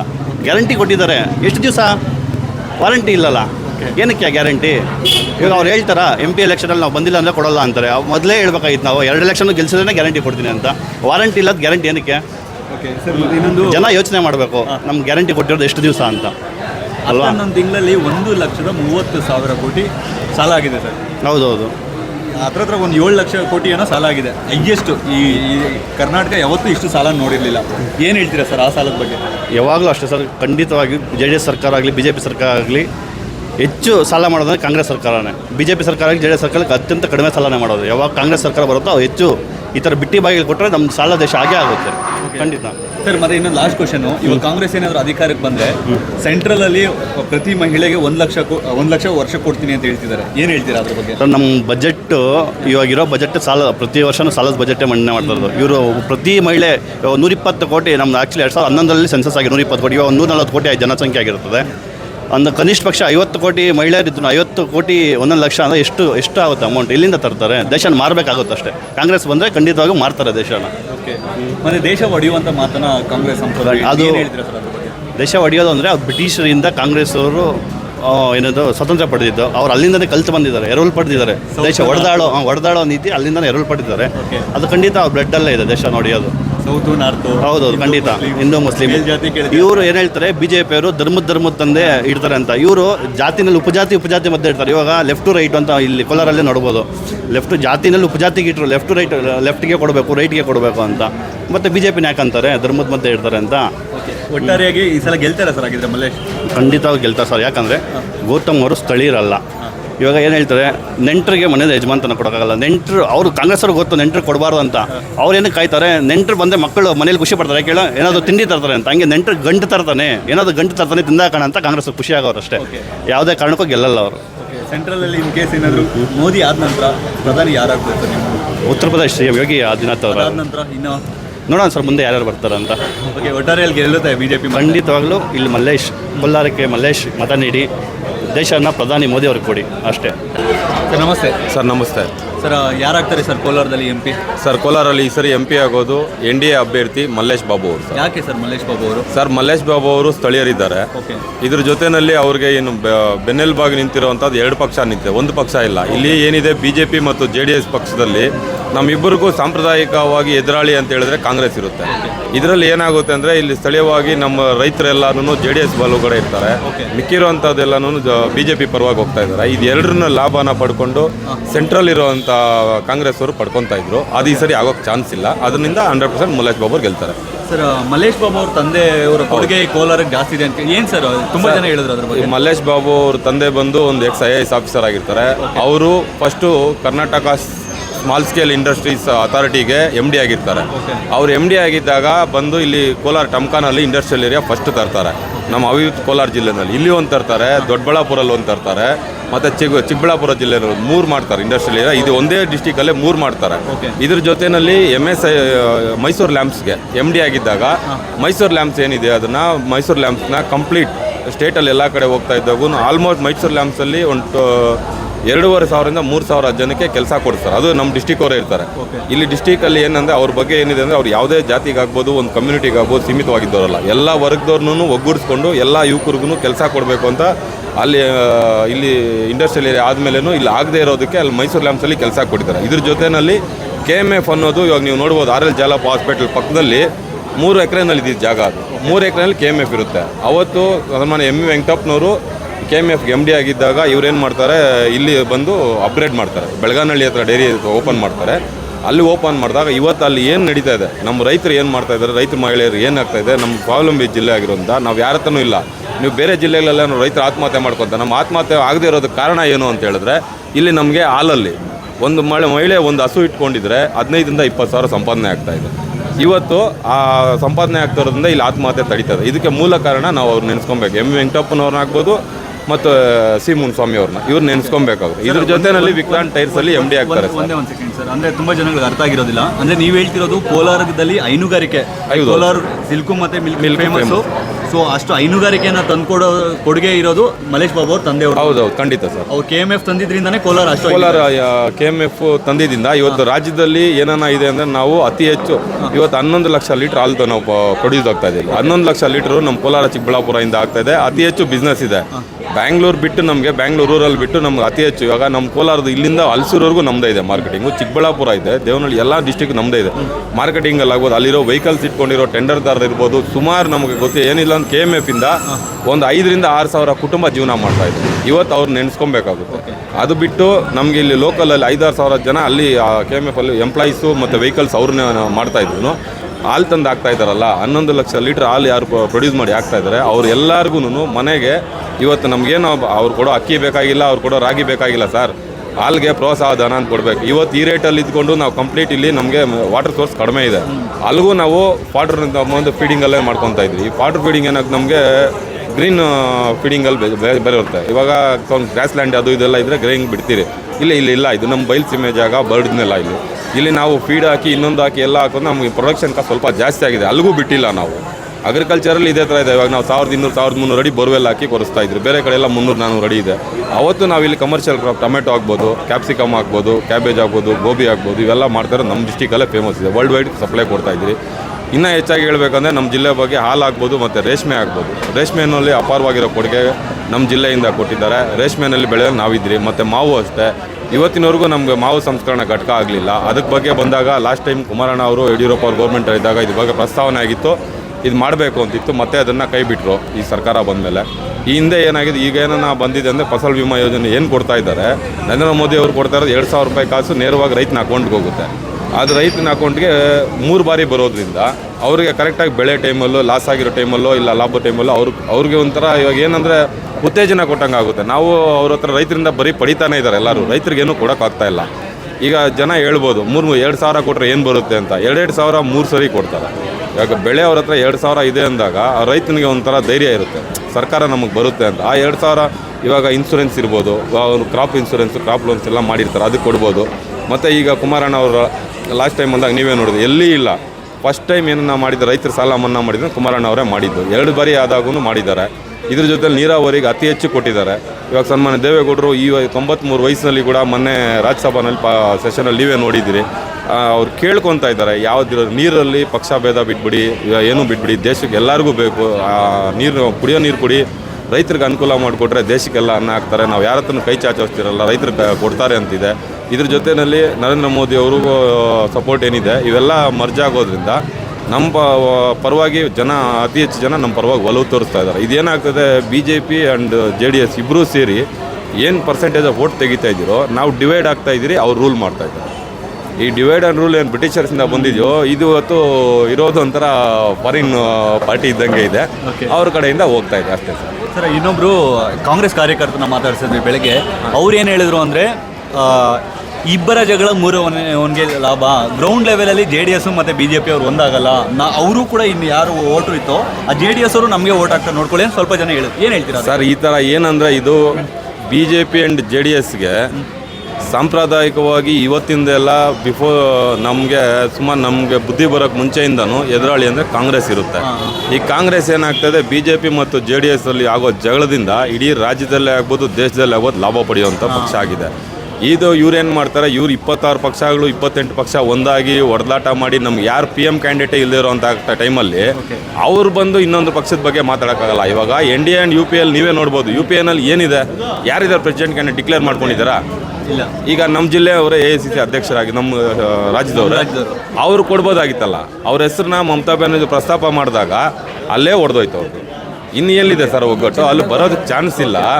ಅದರಲ್ಲಿ ನಮ್ಮ ಜಿಲ್ಲೆನಲ್ಲಿ ಏನಾಗಿದೆ ಅಂತ ಹೈಲೈಟ್ ಕೇಳೋದಕ್ಕೆ ಹೋದರೆ ಇವತ್ತೇ ಆಗಿದ್ದು ನಾಮಿನೇಷನ್ಸಲ್ಲಿ ಏನೇ ಮಾಡಿದ್ದಾರೆ ಅಂದರೆ 2 ಬಣ ಹೋಗಿ ಸಪ್ರೇಟಾಗಿ ನಾಮಿನೇಷನ್ ಫೈಲ್ ಮಾಡ್ತಾರೆ. ಓಕೆ. ಒಂದು ಬಣ ಹೊರಗಡೆ ಬಂದಮೇಲೆ ಇನ್ನೊಂದು ಬಣ ಹೋಗ್ತಾರೆ. ಇವಾಗ ಓಟ್ ಹಾಕೋವಾಗ ಅವ್ರ ಬಣ ಅವ್ರು ಓಟ್ ಹಾಕ್ಲಿ ಅಂತ ಅವರು, ಇವ್ರ ಬಣ ಓಟ್ ಹಾಕ್ಲಿ ಅಂತ ಅವರು. ಅದು ಹೇಗಂತ ಎಕ್ಸ್ಪ್ಲೇನ್ ಮಾಡ್ತಾರೆ ಸರ್? 2 ಬಣ ಯಾವ ರೀತಿ? ಸರ್ ಈಗ ಕೋಲಾರಲ್ಲಿ 7 ಬಾರಿ ಸಂಸದರಾಗಿದ್ದಂಥ KH ಮುನಿಯಪ್ಪನವರಿದ್ದರು. ಅವ್ರು 8ನೇ ಬಾರಿ ಕಾಂಗ್ರೆಸ್ ಮತ್ತು JDS ಅಲಯನ್ಸಲ್ಲಿ ನಿಲ್ತಾರೆ. 8 ಸರಿ ನಿಂತಾಗೂ ಯಾವತ್ತೂ ಅವ್ರು 5 ಲ್ಯಾಕ್ ವೋಟ್ ರೀಚ್ ಆಗಿರಲಿಲ್ಲ. ಓಕೆ. ಲಾಸ್ಟ್ ಟೈಮ್ ಏನಾಗುತ್ತೆ 2019 ಎಲೆಕ್ಷನಲ್ಲೇ ಫಸ್ಟ್ ಟೈಮ್ ಅವ್ರು 5 ಲ್ಯಾಕ್ಸ್ ವೋಟ್ ರೀಚ್ ಆಗಿದ್ದಾರೆ ಬಿಕಾಸ್ ಆಫ್ JDS. JDSಯಿಂದ ರೀಚ್ ಆದರು. ಅದರಲ್ಲಿ JDS 2 ಭಾಗ ಆಗಿದ್ದ, ಒಂದು ಭಾಗ JDS ಹೋಗಿ ಮುನ್ಸಾಮಣ್ಣ ಅವ್ರು ಸಪೋರ್ಟ್ ಮಾಡ್ತಾರೆ, BJP ಕಡೆಗೆ ಹೋಗುತ್ತೆ. ಇನ್ನೊಂದು ಭಾಗ ಈ ಥರ ಆಗುತ್ತೆ. ಯಾಕಂದರೆ JDS ಕ್ಯಾಂಡಿಡೇಟ್ ಇರಲಿಲ್ಲ. ಇವಾಗ ಅದನ್ನು ಅರ್ಥಕೊಂಡು ಇಲ್ಲಿ ಲೋಕಲಲ್ಲಿ ಸರ್ವೆ ಮಾಡಿ ಎಲ್ಲ ಮಾಡಿದಾಗ ಎಲ್ಲ ಪಾರ್ಟಿ ಕಡೆಯಿಂದನೂ ನೋಡಿದಾಗ JDS ಅವರು ಇಂಟರ್ನಲ್ಲಾಗಿ ಸರ್ವೆ ಮಾಡಿದರು, BJP ಅವರು ಮಾಡಿದಾಗ NDA ಅಲಯನ್ಸ್ ಆಗಿರೋದ್ರಿಂದ ನಮ್ಗೆ ಇಲ್ಲಿ ರಿಸರ್ವ್ ಕಾನ್ಸ್ಟಿಟ್ಯೂನ್ಸಿ ಇರೋದ್ರಿಂದ ಇಲ್ಲಿ ನಮಗೆ ಒಂದು ಸೀಟ್ ಕೊಡಬೇಕು ಅಂತ ಲೋಕಲಲ್ಲಿ ಮಲ್ಲೇಶ್ ಬಾಬು ಅವರು 2 ಬಾರಿ ಸೋತಿರ್ತಾರೆ. ಕೆಲವೇ ಹಂತದಲ್ಲಿ ಈ ಲಾಸ್ಟ್ ಟೈಮ್ ನಮಗೆ ನೋಡ್ಬೋದು 2100 ವೋಟಲ್ಲಿ ಸೋತಿದ್ದಾರೆ ಬಂಗಾರಪೇಟೆ ಕಾನ್ಸ್ಟಿಟ್ಯೂನ್ಸಿನಲ್ಲಿ. ಅದ್ರ ಬಿಟ್ಟು ಅವರು ತಾಯಿಯವರು 3 ಬಾರಿ ಜಿಲ್ಲಾ ಪಂಚಾಯತ್ ಮೆಂಬರ್ ಆಗಿರ್ತಾರೆ. ಅದರಲ್ಲಿ 2 ಟರ್ಮ್ ಸುಮಾರು ಒಂದು 8 ರಿಂದ 10 ವರ್ಷದ ಕಾಲ ಅಧ್ಯಕ್ಷರಾಗಿರ್ತಾರೆ 2 ಜಿಲ್ಲೆಗೆ. ಮತ್ತು ನಮ್ಮ ಜಿಲ್ಲೆ ಡಿವೈಡ್ ಆದಮೇಲೆ 1 ಬಾರಿ ಅಧ್ಯಕ್ಷರಾಗಿರ್ತಾರೆ. 2 ಬಾರಿ ಜಿಲ್ಲಾ ಪಂಚಾಯತ್ ಅಧ್ಯಕ್ಷರಾಗಿದ್ದಂಥವ್ರು. ಅವರು ಜಿಲ್ಲೆಯಲ್ಲೆಲ್ಲ ಪರಿಚಯಿಸಿದ್ದಾರೆ. Well educated family. ಇವಾಗ ಅವ್ರ ಅಣ್ಣ ಆಗಿರ್ಬೋದು, ಮತ್ತು ಅವರು ಅಕ್ಕ ಅವರಾಗಿರ್ಬೋದು, ಮತ್ತು ಇವರಾಗಿರ್ಬೋದು, ಇವ್ರ ವೈಫ್, ಇವ್ರು ಎಲ್ಲರೂ ಮನೇಲೆಲ್ಲ ಡಾಕ್ಟರ್ಸ್ ಇದ್ದಾರೆ, ಇಂಜಿನಿಯರ್ಸ್ ಇದ್ದಾರೆ. ಇವ್ರಿಗೇನು ಅಂತಲ್ಲ, ಇವ್ರಿಗೆ ರಾಜಕೀಯದಲ್ಲಿ ಬಂದು ದುಡ್ಡು ಮಾಡಬೇಕು ಅಂತಲೂ ಇಲ್ಲ, ರಾಜಕೀಯದಲ್ಲಿ ಬಂದ್ಬಿಟ್ಟು ಹೆಸರು ಮಾಡಿಕೊಂಡು ಇನ್ನೊಂದು ಹೋಗ್ಬೇಕಂತ ಆಲ್ರೆಡಿ ಹೆಸರಿದೆ. ಅವ್ರಿಗೆ ಆಗಿರುವಂಥ ಓನ್ ಬಿಸ್ನೆಸಸ್ ಇದೆ. ಎಲ್ಲ ನೋಡ್ಕೊಂಡಿದ್ರು ಜನಕ್ಕೆ ಏನೋ ಒಂದು ಸರ್ವಿಸ್ ಕೊಡಬೇಕು ನಮ್ಮ ಕಡೆಯಿಂದ ಅಂತ ಅವರು ಕಾಲದಿಂದನೂ ಇದ್ದಾರೆ. ಇದು ನಮ್ಮ C ಮುನ್ಸ್ವಾಮಿ ಅವ್ರು ಏನು ಕೇಳಿದ್ರು, ನೀವು ಮಲ್ಲೇಶ್ ಬಾಬು ಅವ್ರ ತಂದೆಯವರು ಅವ್ರನ್ನ ಎಷ್ಟೋ ಜನ ಬಂದು ಪ್ರೇರೇಪಿಸ್ತಾ ಇದ್ರು ಕೋಲಾರ ಜಿಲ್ಲೆಯಿಂದ. ನಾವು ಸಣ್ಣ ಮಕ್ಕಳಿದ್ದಾಗಿಂದ ಕೇಳ್ತಾ ಇದ್ರು, ಇಲ್ಲ ಈ ಸರಿ ಇವ್ರು MP ನಿಲ್ತಾರೆ, ಇವ್ರು MP ನಿಲ್ತಾರೆ, ಇವರು ಆಕ್ಸಿಡೆಂಟಾಗಿ ಅವರು ಕಾಲವಾಗಿದ್ದರಿಂದ ಈ ಥರ ಆಯಿತು. ಅದಾದ ನಂತರ ನಮ್ಮ ಮಂಗಮ್ಮ ಮುನ್ಸ್ವಾಮಿ ಅವರು ನಿಲ್ತಾರೆ, ಮಲ್ಲೇಶ್ ಅವ್ರ ತಾಯಿಯವರು. ನಿಂತಾಗೂ ಅಷ್ಟೇ 15 ರಿಂದ 16 ಸಾವಿರ ವೋಟಲ್ಲಿ MP ಸೋಲ್ತಾರೆ. ಫಸ್ಟ್ ಟೈಮ್ BJPನಲ್ಲಿ ನಿಲ್ತಾರೆ, ಕಂಟೆಸ್ಟ್ ಮಾಡಿರ್ತಾರೆ, ಅವತ್ತು ಸೋಲ್ತಾರೆ. ಅವತ್ತೂ ಅಷ್ಟೇ ಸರ್ ಇದೇ ಥರ ಡಿವೈಡ್ ಆಗಿ 4 ಜನ ನಿಂತಿರ್ತಾರೆ. 4 ಫೈಟ್ ಆಗಿ ಜನತಾದಳ 2 ಜನ ಇರುತ್ತೆ, ಕಾಂಗ್ರೆಸ್ ಒಂದಿರುತ್ತೆ. BJPಯಿಂದ ಫಸ್ಟ್ ಟೈಮ್ ನಿಂತು ಫಸ್ಟ್ ಟೈಮ್ BJPಗೆ 3 ಲಕ್ಷ ವೋಟ್ ತಂದು ಕೊಟ್ಟಿದ್ದಂಥ ಉದಾಹರಣೆ ಏನಾಗಿದೆ ಅಂತಂದರೆ ಅದಾದ ನಂತರ ವೀರಯ್ಯನವ್ರು ಬರ್ತಾರೆ, ಆಮೇಲೆ ನಾರಾಯಣ ಸ್ವಾಮಿ ಅವ್ರು ನಿಲ್ತಾರೆ, ಮತ್ತು ಮುನ್ಸಾಮಣ್ಣವ್ರು ಬಂದು ಇವಾಗ ಗೆದ್ದಿರ್ತಾರೆ. ಈ ಥರ ಬಿಲ್ಡಪ್ ಆಗಿದೆ. ನಮಗೆ ಮೂಲ ಆವತ್ತಿಂದ BJP ಅವ್ರ ಜೊತೆ ನಮ್ಮ ಒಡನಾಟ ಚೆನ್ನಾಗೇ ಇದೆ. ನಮಗಿಲ್ಲಿ ಅವ್ರ ಹತ್ರ ಒಳ್ಳೆಯ ಅನುಬಂಧದಲ್ಲಿ ಇದ್ದೀವಿ ನಾವು. ಸರ್ ಇವಾಗ ಮೋದಿ ಅವ್ರನ್ನ ಹೇಗಾದರೂ ಮಾಡಿ ಸೋಲಿಸ್ಬೇಕಂತ ಅಪೋಸಿಷನ್ ಪಾರ್ಟಿಗಳೆಲ್ಲ ಒಂದಾಗಿದೆ. ಓಕೆನಾ? ರಾಹುಲ್ ಗಾಂಧಿ ಅವರು ಕೂಡ ಯೂತ್ ಇದ್ದಾರೆ. ಇವಾಗ ಇನ್ ಕೇಸ್ INDA ಕೂಡ ಅಧಿಕಾರಕ್ಕೆ ಬಂದರೆ ಮ್ಯಾಕ್ಸಿಮಮ್ ರಾಹುಲ್ ಗಾಂಧಿ ಅವರು ಪ್ರಧಾನಿ ಆಗ್ಬೋದು. ಯಾಕೆ ರಾಹುಲ್ ಗಾಂಧಿ ಅವ್ರಿಗೆ ಒಂದು ಚಾನ್ಸ್ ಕೊಡಬಾರ್ದು ಅನ್ಸುತ್ತೆ ಸರ್? ಈಗ ನಮ್ಮ ಹತ್ರ ಆಪ್ಷನ್ ಇದೆ, ಇನ್ನೊಂದಿದೆ ಅಂದಾಗ ನಾವು ಯೋಚನೆ ಮಾಡಬೇಕು ಸರ್. ಇಲ್ಲಿ ಆಪ್ಷನ್ನೇ ಇಲ್ಲದೆ ಇರೋದ್ರಿಂದ ಯಾರೋ ಒಬ್ಬರು ಕರೆಕ್ಟಾಗಿ ನಡ್ಸ್ಕೊಂಡು ಹೋಗ್ತಾ ಇರೋರು ಇದ್ದಾರೆ, ಅವ್ರಿಗೆ ಜನ ಬೆಂಬಲ ಇದೆ, ಎಲ್ಲರೂ ಇದ್ದು ದೇಶ ಎಲ್ಲ ಒಂದು ಕಡೆ ಹೋದಾಗ ನಾವು ಅದ್ರ ವಿರುದ್ಧವಾಗಿ ಹೋಗೋದು ತಪ್ಪಾಗುತ್ತೆ. ಓಕೆ. ದೇಶ ಎಲ್ಲ ಒಂದು ಕಡೆ ಹೋಗಿ ಮೋದಿ ಅಂದಾಗ ನಾವು ಅವ್ರ ಜೊತೆಲಿ ಕೈ ಜೋಡಿಸ್ಬೇಕು. ಇಲ್ಲ ನಮ್ಮ ಕೈಯಲ್ಲಿ ಅವರು ತಪ್ಪು ಮಾಡಿದಾಗ ಕೈ ಕೇಳೋಣ. ಅವ್ರು ಏನೂ ತಪ್ಪು ಮಾಡಿಲ್ಲ, ಕರಪ್ಷನಲ್ಲಿ 0 ಇದೆ. ಡೆವಲಪ್ಮೆಂಟು ನೀವೇ ನೋಡ್ತಾ ಇದ್ದೀರಿ, ಎಲ್ಲರಿಗೂ ಪ್ರಪಂಚಕ್ಕೆ ಗೊತ್ತಿರೋ ಅಂಥದ್ದೇ. ಇವತ್ತೇನು ವರ್ಲ್ಡ್ ವೈಡಲ್ಲಿ ಇಂಡಿಯಾ ಅಂತ ಗುರುತ್ತಾ ಇದೆ ಅಂದಾಗ ನೆಕ್ಸ್ಟ್ ನೋಡಿದ ತಕ್ಷಣ ನಮ್ಮ PM ನರೇಂದ್ರ ಮೋದಿ ಅವರು ಅಂತಾರೆ. ಅದು ನಮ್ಮನ್ನು ಗುರುತಿಸ್ದಂಗೆ, ನನ್ನನ್ನು ವೈಯಕ್ತಿಕವಾಗಿ ನನ್ನ ಕಂಟ್ರಿನ ನನ್ನನ್ನು ಹೆಸರಲ್ಲಿ ಗುರುತಿಸ್ದಂಗೆ ನಾವು ಖುಷಿ ಪಡಬೇಕು. ಆ ಥರ ನಾವು ಇರಬೇಕು ಸರ್. ಸರ್ ಕಾಂಗ್ರೆಸ್ನ ಒಬ್ಬ ಸಂಸದರು ದೇಶ ಒಡೆಯೋ ಮಾತು ಹೇಳಿದರು, ಏನು ಹೇಳ್ತೀರಾ ಸರ್? ಸರ್ ಈಗ ದೇಶ ಒಡೆಯೋದು, ಪ್ರಾಂತ ಒಡೆಯೋದು ಅಂತೇಳಿದ್ರೆ ಇದು ರಾಜರ ಕಾಲದಲ್ಲಿ ಯಾವಾಗೋ ಇತ್ತು ಅಂದಾಗ ಪಾಳೆಗಾರಿಕೆ ಅದೆಲ್ಲ ಇರುತ್ತಲ್ಲ, ಅದೆಲ್ಲ ತಪ್ಪು ಸರ್. ಅದು ಎಲ್ಲರೂ ಸಮಾನವಾಗಿರಬೇಕು. ದೇಶ ಅಂದರೆ ಒಂದು ರಾಜ್ಯ, ನಮಗೂ ನಮ್ಮ ರಾಜ್ಯದ ಬಗ್ಗೆ ಹೆಮ್ಮೆ ಇದೆ. ನಾವು ಕರ್ನಾಟಕದವರೇ, ಅದಾದ ನಂತರ ಭಾರತದವ್ರು ಒಂದು ಬರುತ್ತೆ. ಏನನ್ನ ಇರಲಿ ಕರ್ನಾಟಕದ ಪಾಲು ಏನಿದೆಯೋ ಅದು ಬರ್ತಾ ಇರುತ್ತೆ. ಅದು ಮಾಡ್ತಾ ಇದ್ದಾರೆ. ಎಲ್ಲನೂ ಪಕ್ಕದಲ್ಲಿರೋವಂಥವ್ರು ಇರಬೇಕು. ಇವಾಗ ಕರ್ನಾಟಕನಲ್ಲಿ ಇವತ್ತು ಬೆಂಗಳೂರಲ್ಲಿ ನಾವು ಹೈಯೆಸ್ಟ್ ರೆವಿನ್ಯೂ ಜನರೇಟ್ ಆಗುತ್ತೆ, ಟ್ಯಾಕ್ಸ್ ಬರುತ್ತೆ, ಎಲ್ಲ ಐ ಟಿ ಬಿ ಟಿ ಇದೆ ನಂತರ ಎಷ್ಟು ಎಲ್ಲ ಸ್ಟೇಟಲ್ಲಿ ಆಲ್ ಓವರ್ ಇಂಡಿಯಾನಲ್ಲಿರೋರೆಲ್ಲ ಬಂದು ಬೆಂಗಳೂರಲ್ಲಿದ್ದಾರೆ. ಅವ್ರನ್ನಿಂದ ತಾನೇ ಜಮೀನು ರೇಂಜೆಟ್ ಆಗ್ತದೆ. ಅದರಿಂದ ಎಲ್ಲ ಕಡೆನೂ ಹೋಗಬೇಕು. ಇನ್ಕಮ್ ಬರೋದು ಎಲ್ಲ ಕಡೆಯಿಂದ ಬರಲಿ, ಖರ್ಚು ನಮಗೆ ಮಾಡಬೇಕು ಅನ್ನೋದು ತಪ್ಪಾಗುತ್ತೆ. ಈ ಥರ ಮಾತಾಡ್ಕೊಡ್ತು. ದೇಶ ಎಲ್ಲ ಒಗ್ಗಟ್ಟಾಗಿರ್ಬೇಕು ಸರ್. ಓಕೆ, ಒಟ್ಟಾರೆಯಾಗಿ ಏನು ಹೇಳ್ತೀರಾ ಸರ್? ನರೇಂದ್ರ ಮೋದಿ ಅವರ ಏನು ಇಷ್ಟ ಆಯಿತು ಸರ್ ಲಾಸ್ಟ್ 10 ಇಯರ್ಸಲ್ಲಿ? ಸರ್, ಇದು ನರೇಂದ್ರ ಮೋದಿ ಅವ್ರ ಸಾಧನೆ ಹೇಳೋಕ್ಕಾದ್ರೆ ಹಲವಾರು ಇದೆ. ಇದಕ್ಕೆ ಮುಖ್ಯವಾದ ಕಾರಣ ಇನ್ನೊಂದೇನು ಅಂದರೆ, ನೀವು ಇವತ್ತು ಗಮನಿಸ್ಬೋದು, ನಮ್ಮ ಕ್ರಿಕೆಟ್ ಗಾಡ್ ಸಚಿನ್ ತೆಂಡೂಲ್ಕರ್ ಅವರು ಮೊನ್ನೆ ಹೋಗ್ತಾರೆ ಕಾಶ್ಮೀರಕ್ಕೆ ಹೋದಾಗ ಅಲ್ಲಿ ರೋಡಲ್ಲಿ ಕ್ರಿಕೆಟ್ ಆಡ್ತಾ ಇರ್ತಾರೆ ಚಿಕ್ಕ ಮಕ್ಕಳು, ಅವ್ರ ಜೊತೆಲಿ ಕ್ರಿಕೆಟ್ ಆಡ್ತಾರೆ. ಇವತ್ತು ಆ ಥರ ಇದೆ. ಟೂರಿಸಮ್ ಹೋಗ್ಬೋದು, ನೀವೆಲ್ಲನ ಹೋಗಿ ನೋಡಿ. ಇವತ್ತು ಕಾಶ್ಮೀರಲ್ಲಿ ನಾವು ಇದೇ ಮುಸಲ್ಮಾನ್ ಬಂದವರು ಹೇಳಿದ್ದಾರೆ, ನಮ್ಮ ಟೂರಿಸಮ್ ಇಂಪ್ರೂವ್ ಆಗಿದೆ, ನಮ್ಮ ಊಟ ಸಿಗ್ತಾ ಇದೆ, ನಮಗೆ 500 ರೂಪಾಯಿ ಕೊಟ್ಟು ಕಲ್ಲೊಡಿ ಅಂತ ಇದ್ರು, 1000 ಕೊಟ್ಟು ಕಲ್ಲು ಹೊಡಿತಾ ಇದ್ರು. ಈ ಥರ ಏನೂ ಇಲ್ಲ, ಕಾಸಿಗೋಸ್ಕರ ಕಲ್ಲು ಹೊಡಿತಾ ಇದ್ರು. ಯಾರು ಹೊಡಿತಾ ಇದ್ರಿ ಅಂತ ಕೂಡ ಗೊತ್ತಿರಲಿಲ್ಲ. ಇವತ್ತು ಮೋದಿಯವರು ಬಂದು ಏನು ಆರ್ಟಿಕಲ್ 370 ಬ್ಯಾನ್ ಆಯಿತು, ಟ್ರಿಪಲ್ ತಲಾಕ್ ಇರ್ಬೋದು, ಇದೆಲ್ಲ ಆದಮೇಲೆ ಕಾಶ್ಮೀರ ಅನ್ನೋದು 100% ಇಂಡಿಯಾದೇ, ಯಾವತ್ತೂ ಇಂಡಿಯಾಗಿರುತ್ತೆ. ನಾವು ಯಾವತ್ತೂ ಬಿಟ್ಕೊಡೋದಿಲ್ಲ. ಅದನ್ನು ಉಳಿಸ್ಕೊತೀರಿ. ಅದ್ರ ಜೊತೆನಲ್ಲಿ ಇವಾಗ ಹೋಗಿ ನೋಡಿದಾಗ ಕಾಶ್ಮೀರಕ್ಕೆ ಹೋದಾಗ ಎಲ್ಲ ನಮ್ಮ ಮನೆಯಲ್ಲೇ ಇದ್ದೀರಿ, ನಮಗೆ ಇದ್ದೀರಿ ಅಂತ ಎಲ್ಲಿ ಮಿಲ್ಟ್ರಿ ಇಲ್ಲ, ಎಲ್ಲಿ ಟೆರರಿಸ್ಟ್ ಅನ್ನೋದಿಲ್ಲ, ಎಲ್ಲಿ ಕಲ್ತೂರಾಟ ಮಾಡ್ತಾ ಇಲ್ಲ, ಆರಾಮಾಗಿದೆ. ಇವಾಗ ಸಚಿನ್ ತೆಂಡೂಲ್ಕರ್ ಹೋಗಿ ಆಡ್ಬಿಟ್ಟು ಬಂದಾಗ ಅವ್ರ ಮನೆ ಹತ್ರ ರೋಡಲ್ಲಿ ಆಡ್ತಾ ಇರೋ ಟೈಪಲ್ಲಿ ಇದ್ದಾರೆ ಅಂದರೆ ನೀವೇ ಅರ್ಥ ಮಾಡ್ಕೊಬೇಕು. ಎಷ್ಟು ಕಲ್ಲು ಹೊಡಿತಾ ಇದ್ರು ನೀವೇ ನೋಡಿದ್ರಿ. ಇವತ್ತು ಆ ಥರ ಇದೆಯಾ ಪೊಸಿಷನ್ನು? ಇವತ್ತು ಆ ಥರ ಇಲ್ಲದೆ ಇರೋದು ಕಾರಣ ಯಾರು? ಇದೇ ನರೇಂದ್ರ ಮೋದಿ ಅವರು, ಇದೇ ಅಮಿತ್ ಶಾ ಅವರು. ದೇಶದ ಸೆಕ್ಯೂರಿಟಿ ಹೇಗಿದೆ ಸರ್? ಇವಾಗ ಪದೇ ಚೀನಾ ಕಿರಿಕ್ ಮಾಡ್ತಿರುತ್ತೆ. 2014 ಮೊದಲು ಹೇಗಿತ್ತು ನೀವು ಕಂಡಂಗೆ? ಯಾಕಂದರೆ ದೊಡ್ಡವರಿದ್ದೀರಾ. 2014 ನಂತರ ಈಗ ಹೇಗಿದೆ ಸರ್? ಇದು 2014ಕ್ಕೆ ಮುಂಚಿತವಾಗಿ ಈಗಿತ್ತೇನು ಗೊತ್ತಿಲ್ಲ. ಈ ಚೈನಾ ಅನ್ನೋದು ಹೆಂಗಿದೆ ಅಂದರೆ, ಕಾಲು ಕೆರ್ಕೊಂಡು ಬಂದಾಗೆಲ್ಲನೂ ಅವ್ರ ಬಾರ್ಡ್ರಲ್ಲಿ ನಾವೇನು ಮಾತಾಡೋಂಗಿರಲಿಲ್ಲ. ಇವತ್ತು ನಮ್ಮ ಹತ್ರ ಏನು ಡಿಫೆನ್ಸಲ್ಲಿ ನಾವು ಏನು ತಂದಿದ್ದೀರಿ, ರಫೇಲ್ ಇರ್ಬೋದು, ಮತ್ತೊಂದಿರ್ಬೋದು, ವಿತಿನ್ ಅವರಲ್ಲಿ ಹೋಗಿ ಚೈನಾ ಬಾರ್ಡ್ರಲ್ಲಿ ನಿಂತ್ಕೊಳೋ ಥರ ರನ್ವೇ ಇದೆ. ಅದರಿಂದ ಅವರು ಮಾತಾಡೋದಿಲ್ಲ. ಯಾವಾಗ ಏನು ಬೇಕೋ ವಾರ ಹಾಕೋದು, ಸುಮ್ಮನೆ ತರಲೆ ಮಾಡ್ತಾ ಇದ್ದಾಗ ಹೋಗೋದಂತಲ್ಲ. ಇವತ್ತು ಇಡೀ ದೇಶ ಒಂದು ಕಡೆ ನೋಡ್ತಾ ಇದ್ದರೆ ಮತ್ತೊಂದು ಕಡೆಯಿಂದ ಚೈನಾ ಎಲ್ಲ ಈ ಪ್ರಪಂಚ ನಮ್ಮ ಎದುರುಗಳು ಯಾರಿದ್ದಾರೋ ಅವರೆಲ್ಲ ಒಂದಾಗಿ ನಮ್ಮ ದೇಶ ನೋಡ್ತಾ ಇದ್ದಾರೆ. ಬಟ್ ಅದಕ್ಕಿಂತ ಅತಿ ಹೆಚ್ಚು ಪಾಲು ಪ್ರಪಂಚ ಎಲ್ಲ ನಮಗೆ ಬೆಂಬಲ ತೋರ್ತಾ ಇದೆ. ನಮ್ಮ ಕಲೆಗೆ, ನಮ್ಮ ಸಂಸ್ಕೃತಿಗೆ ಬೆಲೆ ಕೊಡ್ತಾ ಇದೆ ಸರ್. ಸರ್, ಒಂದೇ ಒಂದು ಲಾಸ್ಟ್ ಕ್ವಶನು. ಕಾಂಗ್ರೆಸ್ ಅವ್ರಿಗೂ ಈಗ ರಾಮ ಮಂದಿರಿಗೆ ಇನ್ವಿಟೇಷನ್ ಬಂದಿತ್ತು, ಹೋಗಿಲ್ಲ ಅವರು. ಯಾಕಂದರೆ ರಾಮ ಮಂದಿರ ಅನ್ನೋದು ಹಿಂದೂಗಳ ಎಮೋಷನ್, 500 ವರ್ಷಗಳ ಬಲಿದಾನ, ಕೊನೆಗೂ ಅದು ನೆರವೇರುತ್ತೆ. ಸೊ ಹೋಗಿಲ್ಲ, ಏನು ಹೇಳ್ತೀರಾ ಸರ್ ಅದ್ರ ಬಗ್ಗೆ? ಸರ್, ಈಗ ರಾಮ ಮಂದಿರ ಅನ್ನೋದು ಕಾಂಗ್ರೆಸ್ ಪಕ್ಷಕ್ಕೆ ಆಗ್ಬೋದು, ಇನ್ನೊಂದು ಯಾವುದೋ ಪಕ್ಷಕ್ಕೆ ಅಂತಲ್ಲ. ಇನ್ವಿಟೇಷನ್ ಬಂದಿರೋದು ಇಲ್ಲಿ ಇವರು ಭಾರತೀಯರಿದ್ದಾರೆ, ಭಾರತದಲ್ಲಿ ಶ್ರೀರಾಮ ನೆಲೆಸಿದ್ದ ಅಂತ ನಾವು ಭಾರತೀಯರಾಗಿ ಕರೆದಿದ್ದೀರಿ. ನಾವು ಕಾಂಗ್ರೆಸ್ಸಿಗರು ನಾವು ಬರಲ್ಲ, ನಮ್ಗೆ ಇನ್ವಿಟೇಷನ್ ಕೊಟ್ಟರು ನಾವು ಹೋಗಲ್ಲ, ನೀವು ಇನ್ವಿಟೇಷನ್ ನಮಗೆ ಕೊಡಬೇಡಿ ಅನ್ನೋದು ತಪ್ಪಾಗುತ್ತೆ. ಇದು ನಾವು ಅವ್ರನ್ನ ಕಾಂಗ್ರೆಸ್ ಅವರು ಇನ್ನೊಂದವರು ಅಂತ ಕರೆದಿಲ್ಲ. ಭಾರತೀಯರಲ್ಲಿರೋಲ್ಲ, ಭಾರತೀಯರು ಶ್ರೀರಾಮನ ಅನ್ವಯಿಸಬೇಕು, ಅವರು ಇದರಲ್ಲಿ ನಡಿಬೇಕಂತಿದ್ದೀರಿ. ಅದರಿಂದ ಅವ್ರು ನಮ್ಮನ್ನು ನಾವು ಇನ್ವೈಟ್ ಮಾಡೋದು ನಮ್ಮ ಧರ್ಮ, ನಾವು ಮಾಡಿದ್ವಿ. ಬರದೇ ಇರೋದು ಅವ್ರ ಕರ್ಮ, ನಾವೇನು ಮಾಡೋದಕ್ಕೆ ಆಗೋದಿಲ್ಲ sir. Okay, last 2 question sir. ಒಂದು ಕಾಂಗ್ರೆಸ್ ಸ್ಕೀಮ್ಸು ಇವಾಗ ಕರ್ನಾಟಕದಲ್ಲಿ ತುಂಬ ಕಾನ್ಫಿಡೆನ್ಸ್ ಆಗಿದ್ದಾರೆ. ಕಾಂಗ್ರೆಸ್ ಸ್ಕೀಮ್ಸು ನಮ್ಗೆ ಕೊಟ್ಟಿದ್ದೀವಿ, ಎಲ್ಲ ನಮಗೆ ಓಟ್ ಹಾಕ್ತಾರೆ ಅಂತ. ಒಂದು ಕಾಂಗ್ರೆಸ್ ಸ್ಕೀಮ್ಸ್ ಎಷ್ಟು ಯಶಸ್ವಿಯಾಗಿ ವರ್ಕ್ ಆಗ್ತಿದೆ. ಎರಡನೇದು ಬಂದುಬಿಟ್ಟು, ಕಾಂಗ್ರೆಸ್ ಏನಾದರೂ ಅಧಿಕಾರಕ್ಕೆ ಬಂದರೆ ಸೆಂಟ್ರಲಲ್ಲಿ ಪ್ರತಿ ಮಹಿಳೆಗೆ 1 ಲಕ್ಷ ರೂಪಾಯಿ ವರ್ಷಕ್ಕೆ ಕೊಡ್ತೀವಿ ಅಂತ ಹೇಳಿದ್ದಾರೆ. ಅಂದರೆ ಅದು ಅರೌಂಡ್ ಒಂದು ಮಹಿಳೆಗೆ ಒಂದು 8,000 ರೂಪಾಯಿ 9,000 ರೂಪಾಯಿ ಬೀಳುತ್ತೆ ಪರ್ ಮಂತ್. ಅದು ಸಾಧ್ಯನಾ? ಮತ್ತು ಎರಡಕ್ಕೂ ಆನ್ಸರ್ ಏನು ಹೇಳ್ತೀರಾ ಸರ್? ಸರ್, ಈಗ ಏನಂತ ಇದ್ದಾರೆ ಅಂದರೆ, ನರೇಂದ್ರ ಮೋದಿ ಅವರು ಫಸಲ್ ಬಿಮಾ ಯೋಜನೆಯಲ್ಲಿ 6,000 ರೂಪಾಯಿ ಒಂದು ವರ್ಷಕ್ಕೆ ಒಂದು ರೈತನಿಗೆ ಕೊಡ್ತಾ ಇದ್ದಾರೆ. ಇದೇನಾಗ್ತಾಯಿದೆ, ರೈತ ತೊಗೊಂಡಿದ್ದ ಕಾಸನ್ನ ಬೆಳೆಗೆ ಉಪಯೋಗಿಸಿ ಬೆಳೆ ಬೆಳೆದು ನಮಗೆ ದೇಶಕ್ಕೆ ಕೊಡ್ತಾನೆ. ಇದೇನು ಮಾಡ್ತಾ ಇದ್ದಾರೆ ಇವರು, ಜನನ ಸೋಂಬೇರಿ ಮಾಡೋದಕ್ಕೋಸ್ಕರ ಇಲ್ದಿರೋ ಸ್ಕೀಮ್ ಅಂತ ಇದು ಕೊಡೋದಕ್ಕೆ ಆಗಲ್ಲ ಸರ್. ಒಂದು ವರ್ಷಕ್ಕೆ ಒಂದು ಫ್ಯಾಮಿಲಿನಲ್ಲಿ ಒಂದು ಲೇಡಿಗೆ, ಇವಾಗ ನಮ್ಮ ಮನೇಲಿ 5 ಜನ ಇದ್ದಾರೆ, ಐ ಕ್ಯಾನ್ ಅರ್ನ್ 5 lakhs ಅಂದರೆ I am an IT pair ಆಗಬೇಕು ನನ್ನ ಫ್ಯಾಮಿಲಿ. ಕರೆಕ್ಟಾ ಸರ್? 4 lakh ಚೇಂಜ್ ಆದರೆ IT ಪೇ ಮಾಡಬೇಕಾಗುತ್ತೆ. 5 ಲಕ್ಷ ರೂಪಾಯಿ ಕೊಡೋಕೆ ಇನ್ಕಮ್ ಆಗುತ್ತೆ ಸರ್. ಈಗ ನೀವೇ ನೋಡಿ ಸರ್, ಬಿಲೋ ಪಾವರ್ಟಿ ಲೈನ್ ಅಂತ ಹೇಳಿದ್ದೀರಿ. ಬಿಲೋ ಪಾವರ್ಟಿ ಲೈನ್ ಅಂದರೆ ಏನಿದೆ? 2.5 lakhs ಒಳಗಡೆ ಇರಬೇಕು ಇವ್ರ ಫ್ಯಾಮಿಲಿ ಅರ್ನಿಂಗ್ಸು. ಅವ್ರಿಗೆ ನಮ್ಮ ಸರ್ಕಾರದಿಂದ ಏನು ಸವಲತ್ತು ಬರುತ್ತೆ, ಏನು ಫೆಸಿಲಿಟೀಸ್ ಏನಿದೆ ಎಲ್ಲ ಕೊಡಬೇಕಾಗುತ್ತೆ. ನೀವು ಗೌರ್ಮೆಂಟಿಂದ ಕೊಡ್ತಾ ಇರೋ ಅಮೌಂಟೇ ನನ್ನ ಫ್ಯಾಮಿಲಿಗೆ 5 lakhsವರೆಗೂ ಬರ್ತಾ ಇದೆ ಅಂತ ಹೇಳಿದ್ರೆ ನಾನು ಹೆಂಗೆ ಸರ್ ಬಿಲೋ ಪಾವರ್ಟಿ ಲೈನ್ಗೆ ಹೋಗ್ತೀನಿ? ಇದು ಆಗೋ ಕೆಲಸನ ಹೋಗಲಿ. ಕಾಂಗ್ರೆಸ್ ಅವರು ಅನೌನ್ಸ್ ಮಾಡಿದ್ದಾರೆ, ಇನ್ನೊಂದು ಅನೌನ್ಸ್ ಮಾಡಿದ್ದಾರೆ. ಅನೌನ್ಸ್ ಮಾಡೋಕ್ಕೆ ಮುಂಚೆ ಅವ್ರು ಯೋಚನೆ ಮಾಡಬೇಕಾಗುತ್ತೆ. 1 ಲಕ್ಷ ರೂಪಾಯಿ ಒಂದು ಮಹಿಳೆ ಕೊಡ್ತಾ ಇದ್ದಾರೆ ಅಂತ ಹೇಳಿದ್ರೆ ನಮ್ಮ ದೇಶದಲ್ಲಿ ಎಷ್ಟು ಜನಸಂಖ್ಯೆ ಇದೆ, ಎಷ್ಟು ಕೋಟಿ ಆಯ್ತು ಸರ್ ವರ್ಷಕ್ಕೆ ಬಜೆಟು? ಇದೇ ಬಜೆಟ್ನ ಎತ್ಕೊಂಬಂದು ನಮ್ಮ ರೈತರು ಕೊಡಿ, ನಮ್ಮ ದೇಶ ಕಾಯ್ತಾರೋ ಯೋಧರಿಗೆ, ನಮ್ಮ ಡಿಫೆನ್ಸ್ ಖರ್ಚು ಮಾಡಿ ಸರ್. 4 ದೇಶ ಮುಂದೆ ನಮ್ಮ ಹೆಮ್ಮೆಯಿಂದ ಹೇಳ್ಕೊತೀರಿ. ಪ್ರಪಂಚಕ್ಕೆ ಊಟ ಹಾಕೋ ತಾಕತ್ತು ನಮ್ಮ ರೈತರಿಗಿದೆ. ಪ್ರಪಂಚ ಯಾರೇ ಬಂದು ನಮ್ಮ ದೇಶದ ವಿರುದ್ಧ ಮಾತಾಡಿದ್ರೆ ಅವ್ರನ್ನ ಎದುರಿಸೋಕೆ ನಮ್ಮ ಸೈನಿಕರಿಗೆ ತಾಕತ್ತಿದೆ. ಅವ್ರಿಗೆ ತುಂಬ್ರಿ ಸರ್. ನಮ್ಮ ದೇಶದ 2 ಕಣ್ಣನ್ನ ಪವರಾಗಿ ನೋಡ್ಕೊಂಡು ಕರೆಕ್ಟಾಗಿ ಸೇಫ್ ಮಾಡ್ಕೊಂಡು ಅವ್ರಿಗೆ ಎಕ್ಸ್ಪೆಂಡ್ ಮಾಡೋಣ. ಇದೆಲ್ಲ ಯಾರಿಗೆ ಸರ್ ಕೊಡ್ತಾರೆ? ರಾತ್ರಿ ಹೋಗಿ ಈ ಕೈಯಲ್ಲಿ ಕೊಡೋದು, ಈ ಕೈಯಲ್ಲಿ ತಿನ್ನೋದು ಆಗ್ಬಿಟ್ಟಿದೆ. ಏನು ಮಾಡೋದಕ್ಕೆ ಆಗ್ತಾಯಿಲ್ಲ ಸರ್. ಓಕೆ, ಒಟ್ಟಾರೆಯಾಗಿ ಕೋಲಾರ ಜನಗಳಿಗೆ ಏನು ಹೇಳ್ತೀರಾ ಸರ್ ನೀವು? ಸರ್, ಕೋಲಾರ ಜನಕ್ಕೆ ಇವಾಗ ನಾವು ಏನು ಹೇಳೋದೇ ಬೇಕಲ್ಲ, ಜನ ಎಲ್ಲ ಆಲ್ರೆಡಿ ಮುಗಿಬಿದ್ದಿದ್ದಾರೆ. ಏನು ಅಂತೇಳಿದ್ರೆ ದೇಶಕ್ಕೆ ಮೋದಿ, ಕೋಲಾರಕ್ಕೆ ಮಲ್ಲೇಶಣ್ಣ ಅನ್ನೋ ಮಾತು ಎಲ್ಲರ ಮನೆ ಮಾತಾಗಿದೆ. ಕಡಿಮೆ ಅಂದ್ರೂ 4 5 ಲಕ್ಷ ಅತಿ ಹೆಚ್ಚು ಲೀಡಿಂಗಲ್ಲಿ ಗೆಲ್ತೀರಿ ಸರ್ ನಾವು. ಓಕೆ, ನಮಗೆ ಗೆಲ್ಲೋದ್ರಲ್ಲಿ ಏನು ಇದಿಲ್ಲ. ಅದರಲ್ಲಿ ನಮ್ಮ ಮಲ್ಲೇಶ್ ಬಾಬು ಅವರು ಬಂದು ಇಲ್ಲೇ ಲೋಕಲಲ್ಲಿ ಇರೋದು, ಅವರು ಇಲ್ಲೇ ಇದು ಮಾಡಿ ಎಜುಕೇಷನ್ ಮಾತ್ರ ಬೆಂಗಳೂರಲ್ಲಿ ಮಾಡಿರ್ಬೋದು. ಈಸ್ ಆನ್ MBA ಗ್ರ್ಯಾಜುಯೇಟ್ ಆಗಿರ್ತಾರೆ. ಅವ್ರು ಬಂದು ಅವ್ರ ತಂದೆ ಅವರು IAS ಆಫೀಸರ್ ಅನ್ನೋದು ಅವ್ರಿಗೆ ಮೈಂಡಲ್ಲಿಲ್ಲ. ಅವ್ರು ಮಾಮೂಲಿಯಾಗೇ ಇರ್ತಾರೆ. ಅವ್ರ ತಂದೆಯವರು ಅದೇ ಥರ ಬದುಕಿದ್ರು. ಅವ್ರ ತಾಯಿಯವರು 2 ಬಾರಿ ಜಿಲ್ಲಾ ಪಂಚಾಯತ್ ಅಧ್ಯಕ್ಷರಾಗಿದ್ದಾಗೂ ಅದನ್ನೂ ಕೂಡ ಅವ್ರು ಇದು ಮಾಡ್ಕೊಳ್ಳಿಲ್ಲ. ಅವ್ರು 2 ಸರಿ ಸೋತಾಗೂ ಅಷ್ಟೇ. ಸೋತಿರೋರು ಎಷ್ಟೋ ಜನ ನಾವು ನೋಡಿದ್ದೀರಿ ಸರ್. ನಮ್ಮ ಎಲೆಕ್ಷನಲ್ಲಿ ನಾವು ಕಂಡಕ್ಟ್ ಮಾಡಿ ನಮ್ಮ ವಿರುದ್ಧವಾಗಿ ಸೋತಿರೋರು ಓಡೋಗ್ಬಿಟ್ಟಿರ್ತಾರೆ, ಮಾಡಿರ್ತಾರೆ. ನಾವು ಜೊತೆಲಿರೋರು ಎಷ್ಟೋ ಜನ ಹೊಟ್ಟೋಗ್ತಾರೆ, ಬರೋದೇ ಇಲ್ಲ. ಅಂಥದ್ರಲ್ಲಿ 10 ವರ್ಷದಿಂದ ಒಂದು ಸರಿ ಸೋತರು, ಮೊನ್ನೆ ಸೋತಾಗೂ ಅಷ್ಟೇ.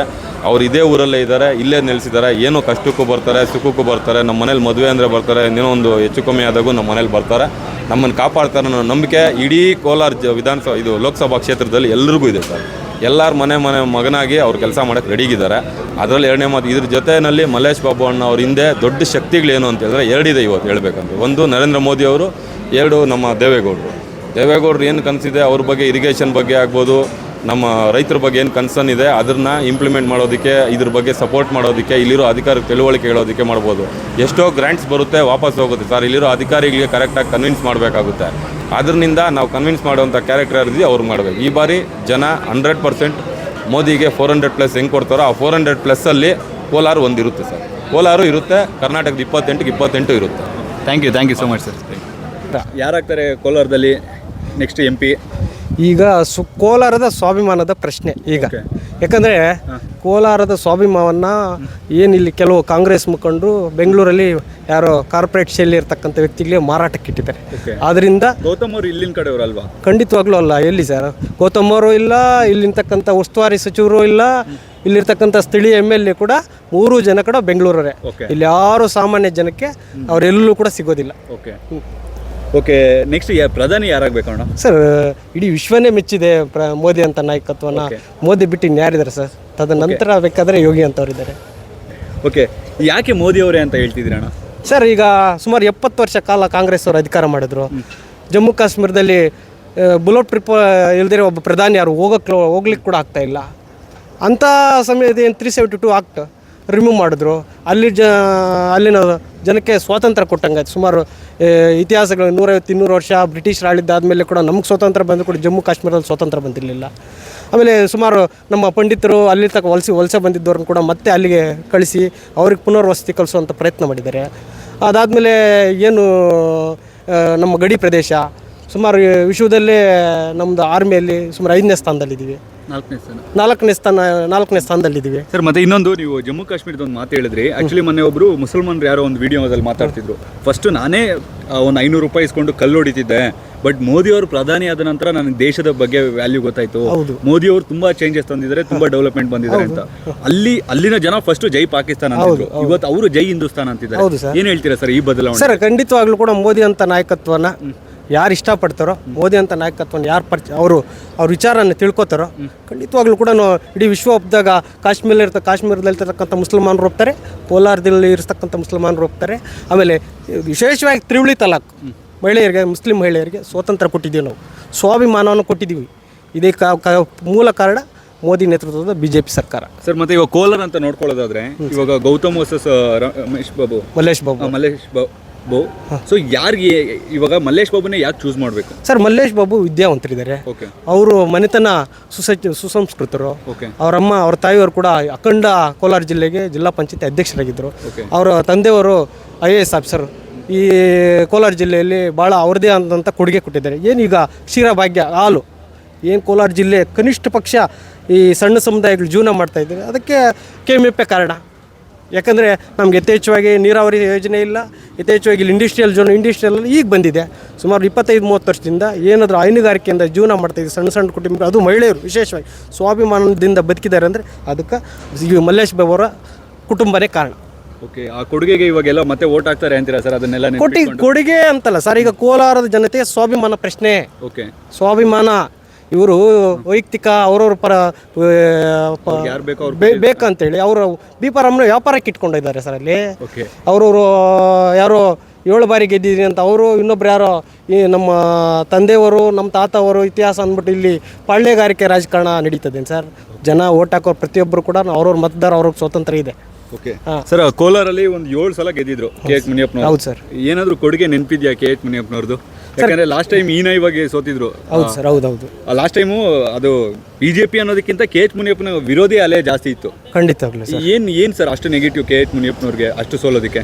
ಸರ್ KH ಮುನಿಯಪ್ಪನವ್ರು ಸೋಲಿಕ್ಕೆ ಅವ್ರದ್ದೇ ಬರೀ ಸ್ವತಂತ್ರ ಪೂರ್ವದಿಂದ ಕಾಂಗ್ರೆಸ್ ಸರ್ಕಾರ ಅಧಿಕಾರ ನಡೆಸಿದ್ದೇ ಜನ ಅವ್ರನ್ನ ಜಾತಿಗಳ ಮಧ್ಯೆ ವಿಷಬೀಜ ಬಿತ್ತಿ ಎತ್ತಿಕಟ್ಟಿ ರಾಜಕಾರಣ ಮಾಡಿಕೊಂಡು ಎಲೆಕ್ಷನ್ ಟೈಮ್ಗೆ ಏನೋ ಒಂದು ಮಾಡಿ ಎಲೆಕ್ಷನ್ ಗೆಲ್ತಾಯಿದ್ರು.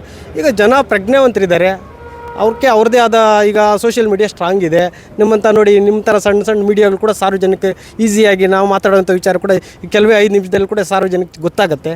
ಅದೇ ಥರ ಕೂಡ ಪ್ರಜ್ಞಾವಂತರಿದ್ದಾರೆ. ಅದರಿಂದ ಪ್ರಜ್ಞಾವಂತಿಕೆ ಉತ್ತರ ಕೊಟ್ಟಿದ್ದಾರೆ. ಸರ್, ಮತ್ತೆ ಇನ್ನೊಂದು IND ಇಂಡಿಯಾ ಕೂಟದಲ್ಲಿ ಹಿಂದೂ ವಿರೋಧಿ ಹೇಳಿಕೆಗಳು ಪದೇ ಪದೇ ಬರ್ತಿರುತ್ತೆ.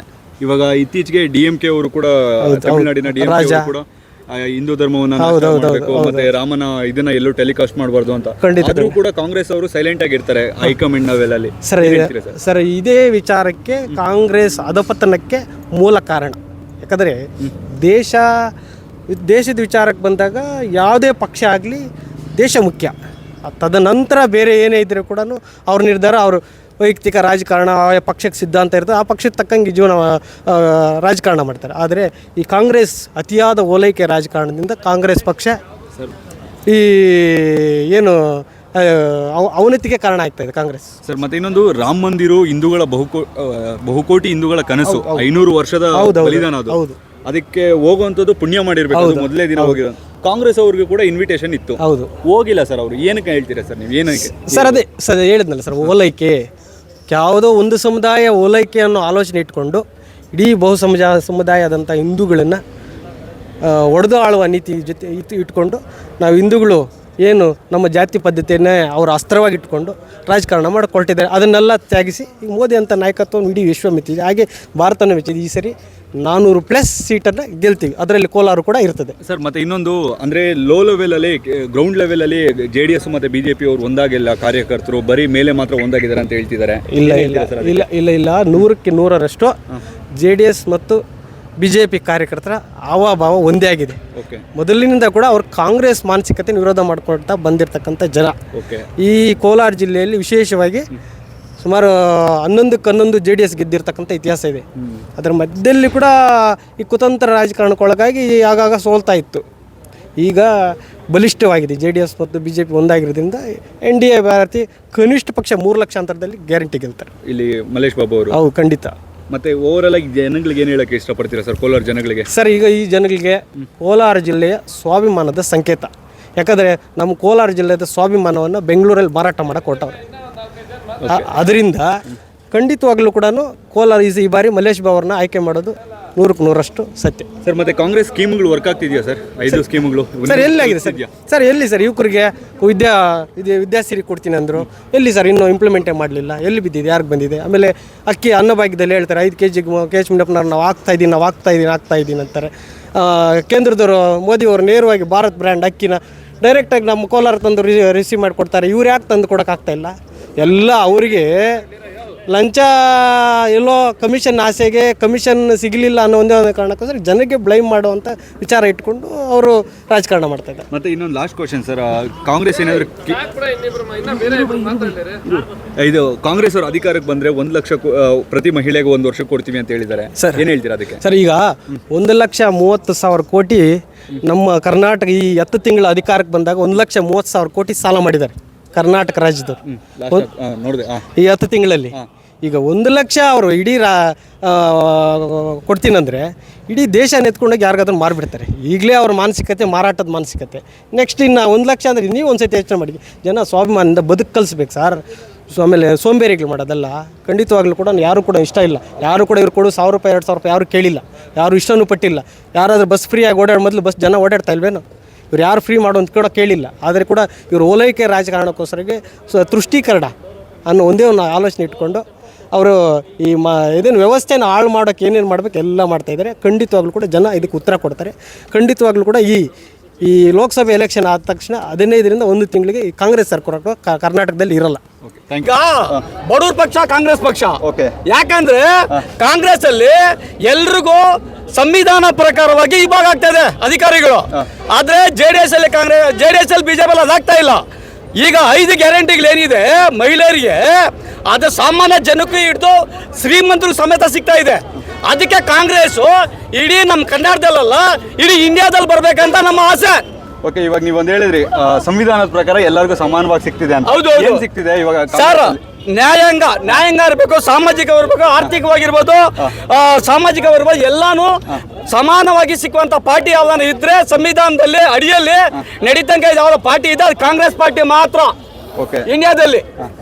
ಓಕೆ, ಇವಾಗ ಇಲ್ಲಿ ಕೋಲಾರಲ್ಲಿ ಯಾರು ಗೆಲ್ತಾರೆ ಅಣ್ಣ ನಿಮ್ಮ ಪ್ರಕಾರ? ಗೌತಮ್ ಗೆಲ್ಬೇಕು. ಗೌತಮ್ 2 ಲಕ್ಷ ಓಟಿಂದ ಗೆಲ್ಬೇಕಿಲ್ಲ. ಮಲ್ಲೇಶ್ ಬಾಬು ಅವರು ಇದಾರೆ ಆಪೋಸಿಟ್. ಮಲ್ಲೇಶ್ ಬಾಬು ಅವರು ಮಲ್ಲೇಶ್ ಬಾಬು ಒಂದ್ಸರಿ ಸೋತ್ಬಿಟ್ಟು 2 ಸರಿ ಸೋತಿದ್ದಾರೆ. ಇದು 3ನೇ ಸರಿ ಸೋಲ್ತಾರ, 4 ನಾಮ ಇಟ್ಕೊಂಡು ಹೋಗ್ತಾರೆ. ಅದೇ ಮಲ್ಲೇಶ್ ಬಾಬು ಬಗ್ಗೆ ಕೇಳ್ತೀರಾ? ಗೌತಮ್ ಇಲ್ಲಿ ಕಾಂಗ್ರೆಸ್ ಅಷ್ಟೇ, ಇಲ್ಲಿ ಏನಿದು ಕಾಂಗ್ರೆಸ್ ಅಷ್ಟೇ. ಓನ್ಲಿ ಕೋಲಾರ ಅಂದ್ರೆ ಕಾಂಗ್ರೆಸ್ ಅಂದ್ರೆ ಕೋಲಾರ ಅಲ್ಲ. ಇವಾಗ ಜೆಡಿಎಸ್ ಅವರು ಬಿಜೆಪಿ ಅವರು ಒಂದಾಗವ್ರೆ, ನಿಮ್ಗೆ ಪ್ರಾಬ್ಲಮ್ ಆಗಲ್ಲ? ನಿಮ್ಗೆ ಕಷ್ಟ ಆಗಲ್ಲ? ಸರ್, ಹೋದ್ ಸರ್ 5 ವರ್ಷದಲ್ಲಿ ಕಾಂಗ್ರೆಸ್ ಜೆಡಿಎಸ್ ಒಂದಾಗಿತ್ತು, ನಾವು ಒಂದು ಗೆದ್ದಕ್ಕಾಗಿಲ್ಲ. ಇವಾಗ ಅಷ್ಟೇ ಅವ್ರು ಒಂದು ಗೆಲ್ಲ, ನಾವು ಗೆಲ್ತೀರಿ ಅಷ್ಟೇ ಆಗಿದೆ. ಸೆಂಟ್ರಲ್ ಅಲ್ಲಿ ಯಾರು ಪ್ರಧಾನಿ ಆಗ್ತಾರಣ್ಣ ಇವಾಗ? ಸೆಂಟ್ರಲ್ ಅಲ್ಲೇ ಪ್ರಧಾನಿ ಆಗ್ಬೇಕಾದ್ರೆ ರಾಹುಲ್ ಗಾಂಧಿನೇ ಆಗ್ಬೇಕು. ಬಡವ್ರು ಏನಾರ ಸ್ವಲ್ಪ ಉದ್ಧಾರ ಆಗ್ಬೇಕಂದ್ರೆ ಕಾಂಗ್ರೆಸ್ ಪಾರ್ಟಿ ಬಂದು ರಾಹುಲ್ ಗಾಂಧಿ ಪ್ರೈಮ್ ಮಿನಿಸ್ಟರ್ ಆಗ್ಬೇಕು. ಅಲ್ಲ, ಇವಾಗ ಒಂದು 5 ಸ್ಕೀಮ್ಗಳೇನೋ ಬರ್ತಿದೆ ಎಲ್ಲರಿಗೂ. ಹೌದು. Last time DCM DK Shivakumar ಡೆವಲಪ್ಮೆಂಟ್ಗೆ ನಮ್ಮ ಹತ್ರ ಅಮೌಂಟ್ ಇಲ್ಲ ಅಂತ ಹೇಳ್ತಿದ್ದಾರೆ. ಇವಾಗ ಈ ತರ ಫ್ರೀ ಸ್ಕೀಮ್ಗಳು ಕೊಟ್ರೆ ಡೆವಲಪ್ಮೆಂಟ್ಗೆ ಅಮೌಂಟ್ ಇರಲ್ಲ ಅಂತ ಹೇಳ್ಬಿಟ್ಟು ಅಪೋಸಿಷನ್ ಪಾರ್ಟಿ ಅವ್ರು ಹೇಳ್ತಾವ್ರೆ. ಅದಕ್ಕೆ ಸರ್, ಈಗ ಡೆವಲಪ್ಮೆಂಟ್ ಅಪೋಸಿಷನ್ ಪಾರ್ಟಿ ಅವ್ರು ಹೇಳಕ್ಕೆ ಇರೋದು ಏನೋ ನೀವೇನು ಮಾಡಲ್ಲ ಅಂತ.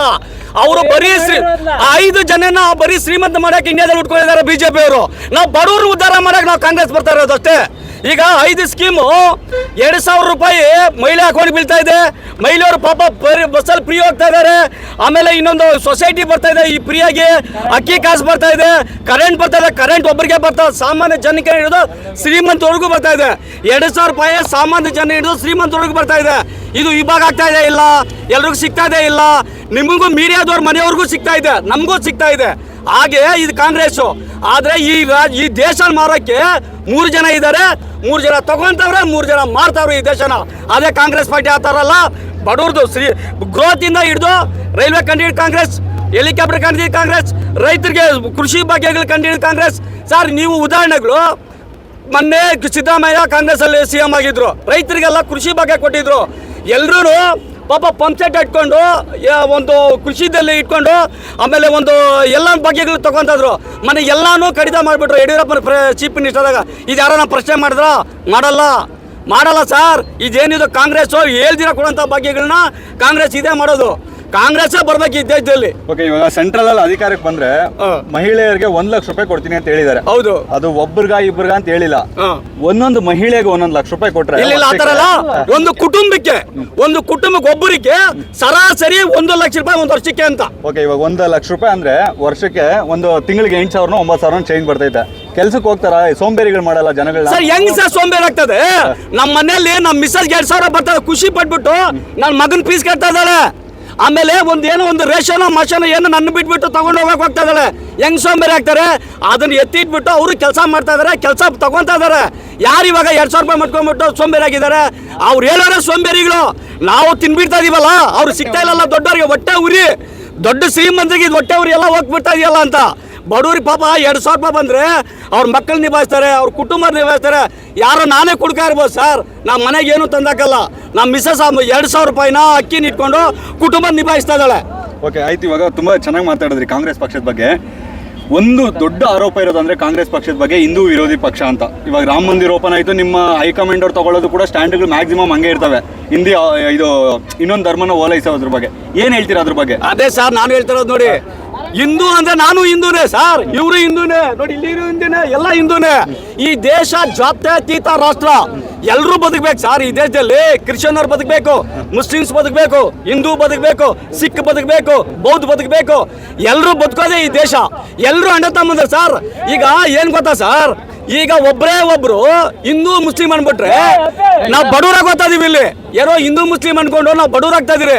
ಯಾರೋ 4 ಜನ ಮಾತ್ರ ಶ್ರೀಮಂತ ಆಗ್ತಾ ಇದಾರೆ. ಅಲ್ಲ, ಕ್ವಶನ್ ಇದು ಜಾತ್ಯತೀತ ದೇಶ ಎಲ್ಲ ಬದುಕೋಣ. ನನ್ನ ಕ್ವಶನ್ ಏನಂದ್ರೆ, ಕಾಂಗ್ರೆಸ್ ಅವರು ಒಂದು ಧರ್ಮದ ಓಲೈಕೆ ಮಾಡ್ತಾರೆ ಅಂತ ಎಲ್ಲಿ ಸರ್, ಆರೋಪ ಎಲ್ಲರೂ ಇದೆ. ಇದೀವಲ್ಲ ಸರ್, ಇಲ್ಲಿ ಕೇಳಿ ಸರ್, ಎಲ್ಲ ಧರ್ಮದವರು ಇದಾರೆ. ಇಲ್ಲೊಂದು ಬರೀ ಮತ್ತೆ ಹಿಂದೂ ರಾಮ ಮಂದಿರ ಯಾಕೆ ಸರ್ ಹೋಗಿಲ್ಲ ನಿಮ್ಮವರು? ಯಾರು ಸರ್? ನಾವು ಆಹ್ವಾನ ಕೊಟ್ಟಿಲ್ಲ, ಹೋಗಿಲ್ಲ ಅಷ್ಟೇ. ಕೊಟ್ಟಿದ್ರಲ್ಲ ಸರ್. ಎಲ್ಲಿ ಸರ್, 8 ಜನ ಕೊಟ್ಟಿದ್ರು ಸರ್. ಹಾ. ಮುರ್ಮಾಗೆ ಕೊಟ್ಟಿಲ್ಲ ಅವ್ರ ಆಹ್ವಾನ. ಇನ್ನೇನು ಸರ್ ನಮ್ಗೆ ಕೇಳ್ತೀರಾ? ಈ ದೇಶದ ಮೊಟ್ಟ ಮೊದಲ ಪ್ರಜೆ ಮುರ್ಮಾ ರಾಷ್ಟ್ರಪತಿ, ಅವ್ರಿಗೆ ಆಹ್ವಾನ ಕೊಟ್ಟಿಲ್ಲ. ಎಲ್ಲಿ ಸಹ ಕೊಡ್ತಾರೆ ಅವರು? ಅವರು ಹಿಂದೂ ವಿರೋಧಿಗಳು, ನಾವಲ್ಲ. ಅವರು ಯಾರು ಬಿಜೆಪಿ ಅಂತ ಚಾಲಕೊಂಬತ್ತಾರ, ಅವ್ರು ಹಿಂದೂ ವಿರೋಧಿಗಳು, ನಾವಲ್ಲ ಹಿಂದೂ ವಿರೋಧಿಗಳು. ನಾವೆಲ್ಲರೂ ಪ್ರೀತಿಸೋರು, ಎಲ್ಲ ಧರ್ಮವನ್ನು ಸಮಾಜವಾಗಿ ಎಲ್ಲ ಧರ್ಮದನ್ನು ಪ್ರೀತಿಸೋರು ನಾವು ಕಾಂಗ್ರೆಸ್ನವರು. ಓಕೆ, ಒಟ್ಟಾರೆಯಾಗಿ ಎಷ್ಟು ಲೀಡರ್ ಗೆಲ್ಬೋದು ಸರ್ ನಿಮ್ಮ ಪ್ರಕಾರ ಆಗಿದ್ರೆ? ನಮ್ಮ ಪಕ್ಷ ಇವತ್ತು ಗೌತಮ್ ಗಂಭೀರ್ ಅವರು 1 ಲಕ್ಷದಿಂದ 1.5 ಲಕ್ಷ ಓಟಿಂದ ಗೆಲ್ತಾರೆ. JDS ಮತ್ತೆ ಬಿಜೆಪಿ ಇದು ವರ್ಕೌಟ್ ಆಗಲ್ಲ ಸರ್. JDS ಬಿಜೆಪಿ ಇಲ್ಲಿ ವರ್ಕೌಟ್ ಆಗಲ್ಲ. Okay. ಇರೋದೇ ಕಾಂಗ್ರೆಸ್ ಇಲ್ಲಿ. ಸರ್, ಯಾಕೆ JDS ಅಭ್ಯರ್ಥಿ ಅವರೇ ಗೆಲ್ಲಬೇಕು ಅಂತ ಹೇಳ್ತಿದ್ದೀರಾ ಸರ್? ಸರ್, ಜೆ ಡಿ ಎಸ್ಸಿಂದ ಕೊಡುಗೆ ತುಂಬ ಇದೆ ಸರ್. ಓಕೆ, 1-2 ಅಲ್ಲ. ಕುಮಾರಸ್ವಾಮಿ ಅವರು ಮುಖ್ಯಮಂತ್ರಿ ಆದ ಒಂದೇ ದಿನದಲ್ಲಿ ಸಹಿ ಮಾಡ್ತಾರೆ 1 ಲಕ್ಷ ರೂಪಾಯಿ ಮನ್ನಾ ಮಾಡಬೇಕು ಅಂತ. ತುಂಬ ಬಡ ರೈತರಿಗೆ ಆ 1 ಲಕ್ಷ ರೂಪಾಯಿ ಕೊಡುಗೆ ವರದಾನವಾಗಿ ಈ ದಿನ ಲಭಿಸಿದೆ. ಈ ಥರ ಹಲವಾರು ಕೊಡುಗೆಗಳಿವೆ. ನಮ್ಮ ಕರ್ನಾಟಕದಿಂದ ಯಾರೇ ಒಬ್ಬ ಪ್ರಧಾನಿ ಆಗಿದ್ದಾರೆ ಅಂದರೆ ಅದೇ ದೇವೇಗೌಡರು ಬಿಟ್ಟು ಮತ್ತೊಬ್ಬರು ಯಾರೂ ಇಲ್ಲ. ಆ ಕಾರಣಕ್ಕಾಗಿ ನಾವು ನಮ್ಮ JDS ಕುಮಾರಣ್ಣನ ಕೈ ಬಲಪಡಿಸ್ಬೇಕು. ನಾವು ಕುಮಾರಣ್ಣನ ಬಲಪಡಿಸ್ಬೇಕು ಅಂದರೆ ನಾವು ಮಲ್ಲೇಶ್ ಅಣ್ಣನಿಗೆ ಮತ ಮಾಡಬೇಕು. ಓಕೆ. ಕೋಲಾರ ತುಂಬ ಬರಪೀಡಿತ ಪ್ರದೇಶ ಸರ್. ಏನಾದರೂ ಒಂದು ಎತ್ತಿನ ಹೊಳೆ ಯೋಜನೆ ಅದು ಇದು ಕಾರಣ ಅಂದರೆ ಕುಮಾರಣ್ಣ. ಇವತ್ತು ನೋಡಿ ಅಲ್ಲಿ ಸಹ ಒಂದು ಸ್ವಲ್ಪ ನೀರೇನಾದರೂ ನಾವು ನೋಡಬೇಕು ಅಂತಿದ್ರೆ ಅದಕ್ಕೆ ಕಾರಣ ನಮ್ಮ ಕುಮಾರಣ್ಣ ಕೊಡುಗೆ ತುಂಬ ಇದೆ ಸರ್. ಈ ಕಾರಣಕ್ಕಾಗಿ ನಾವಿವತ್ತು JDSನ ಬೆಂಬಲಿಸಬೇಕು ಅಂತ ನಾನು ಈ ಮೂಲಕ ನಿಮ್ಗೆ ಹೇಳ್ತೀನಿ ಸರ್. ನಮಸ್ತೆ. ನಮಸ್ತೆ, ಹೇಳಿ ಸರ್. ಸರ್, ಯಾರಾಗ್ತಾರೆ ಸರ್ ಕೋಲಾರದಲ್ಲಿ ಮುಂದಿನ MP? ಯಾರು ಗೆಲ್ಬೋದು ಸರ್? JDS ಅಭ್ಯರ್ಥಿ ಮಲ್ಲೇಶ್ ಮುನ್ಸ್ವಾಮಿ ಅವರು ಗೆಲ್ತಾರೆ. ಯಾಕೆ ಸರ್ ಮಲ್ಲೇಶ್ ಮುನ್ಸ್ವಾಮಿ ಅವರೇ? ಅವರು ಒಳ್ಳೆತನದಿಂದ ಗೆಲ್ತಾರೆ. ಓಕೆ. ಕಾಂಗ್ರೆಸ್ ಅಭ್ಯರ್ಥಿ ಸ್ಥಳೀಯರಲ್ಲ, ಅವರು ಬೆಂಗಳೂರಿಂದ ಬಂದಿದ್ದಾರೆ.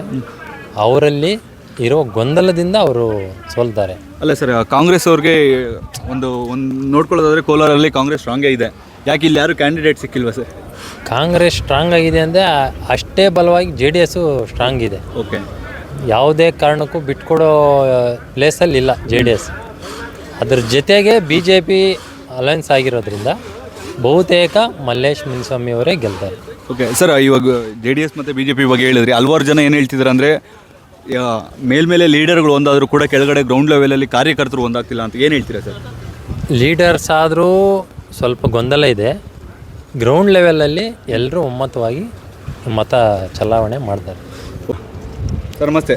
ನಮಸ್ಕಾರ ಸರ್, ಯಾರಾಗ್ತಾರೆ ಸರ್ ಕೋಲಾರದಲ್ಲಿ ಮುಂದಿನ MP? ಸರ್, ಮಲ್ಲೇಶ್ ಬಾಬು ಅವ್ರು ಆಗ್ತಾರೆ. ಯಾಕೆ ಸರ್ ಮಲ್ಲೇಶ್ ಬಾಬು ಅವರು?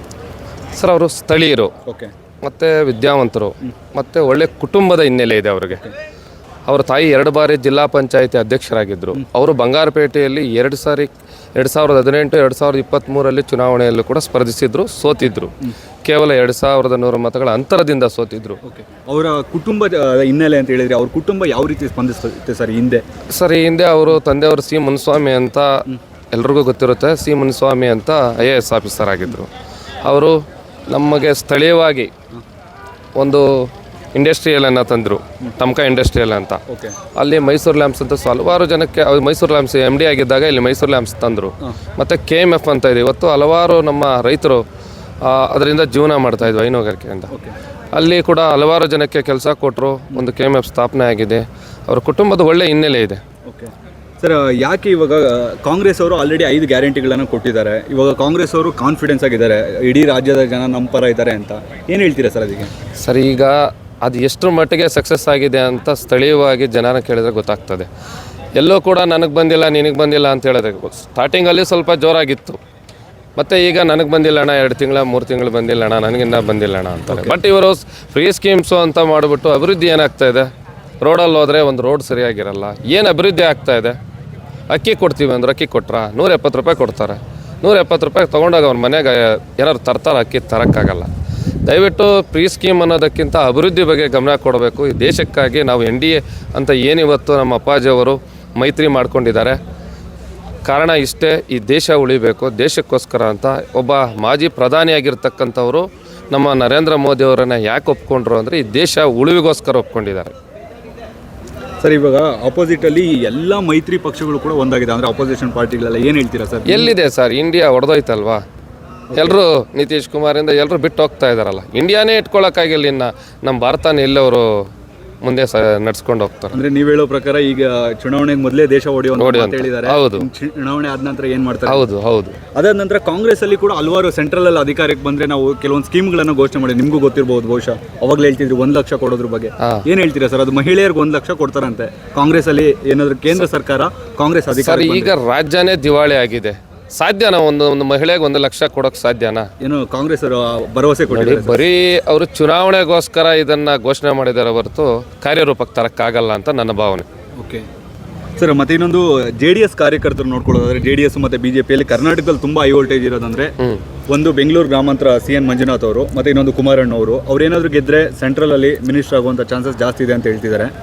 ಸೊ ಡಾಕ್ಟರ್ CN ಮಂಜುನಾಥ್ ಅವ್ರ ಬಗ್ಗೆ ಏನು ಹೇಳ್ತೀರಾ ಸರ್? ಅವ್ರು ಗೆದ್ರೆ ಇಡೀ ದೇಶದ ಆರೋಗ್ಯ ಒಂದು ಕ್ರಾಂತಿಯನ್ನು ತರ್ತಾರೆ ಅಂತ ಅನ್ಸುತ್ತಾ ನಿಮಗೆ? ಸರ್ ಖಂಡಿತ. ಯಾಕೆಂದ್ರೆ ಇವತ್ತು ಜಯದೇವ ಅಂದ್ರೆ ಯಾರ ಹೆಸರು ಹೇಳ್ತಾರೆ? Doctor CN Manjunath. ಇದು ರಾಜ್ಯ ಅಲ್ಲ, ಇಡೀ ದೇಶನೇ ನೋಡ್ತಾ ಇದೆ. ಬೆಂಗಳೂರು ಗ್ರಾಮಾಂತರ ಕ್ಷೇತ್ರ CN ಮಂಜುನಾಥನವರು ಕಂಟೆಸ್ಟ್ ಮಾಡ್ತಿರೋದು. ಪ್ರತಿಯೊಬ್ಬ ಅವರ ಕೈ ಚಿಕಿತ್ಸೆ ಪಡೆದಂಥ 75,000 ಜನನೂ ಇವತ್ತು ಬಯಸ್ತಾ ಇದ್ದಾರೆ ಅವರೇ ಗೆಲ್ಲಬೇಕು, ಅವರೇ ಸೆಂಟ್ರಲಲ್ಲಿ ಆರೋಗ್ಯ ಮಂತ್ರಿಗಳಾಗಬೇಕು. ಅವರಾದರೆ ಇಡೀ ದೇಶಕ್ಕೆ ಆರೋಗ್ಯದಲ್ಲಿ ಒಂದು ಹೊಸ ರೂಪ ತರ್ತಾರೆ ಅನ್ನೋದು ಕೂಡ ಎಲ್ಲರ ಜನರ ಆಶಯ. ಅವ್ರು ಗೆಲ್ಲಬೇಕು ಅನ್ನೋದೇ ನಮ್ಮ ಆಶಯ.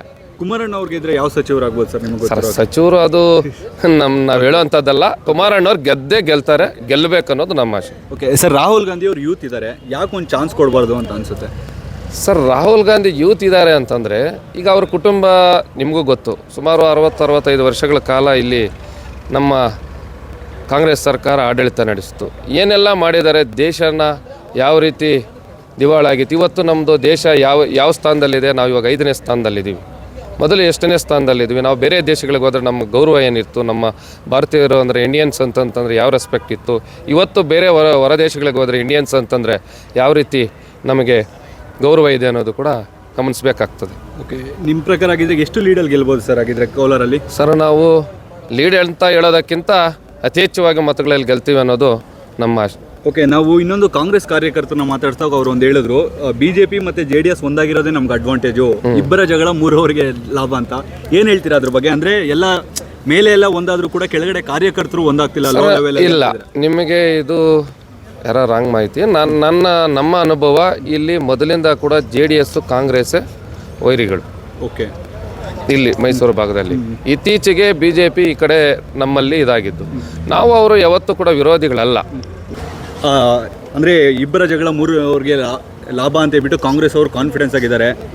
JDS BJP ಒಂದಾದರೂ ಕೂಡ ಅವರು ಲೋ ಲೆವೆಲಲ್ಲಿ ಒಂದಾಗ್ತಿಲ್ಲ ಅಂತ ಸರ್? ಇಲ್ಲ, ಇದು ನಾವು ಜಗಳ ಅನ್ನೋ ಪ್ರಶ್ನೆನೇ ಬರಲ್ಲ. ಇದು ದೇಶಕ್ಕೋಸ್ಕರ ನಡೆಸ್ತಾ ಇರ್ತಕ್ಕಂಥ ಚುನಾವಣೆ. ನಾವು ಮೋದಿಗೋಸ್ಕರ ಒಗ್ಗಟ್ಟಾಗಿದ್ದೀವಿ. ಇಲ್ಲಿ ನಮ್ಮ ಸ್ಥಳೀಯ ಅಂತಲ್ಲ, ನಾವು ಮೋದಿಗೋಸ್ಕರ ಮತ್ತೊಮ್ಮೆ ಮೋದಿ ಪ್ರಧಾನಿ ಆಗಬೇಕು, ಈ ದೇಶ ಉಳಿಬೇಕು ಅನ್ನೋ ಕಾರಣದಿಂದ ನಾವು ಯಾವುದೇ ರೀತಿ ಜಗಳ ಇಲ್ಲ.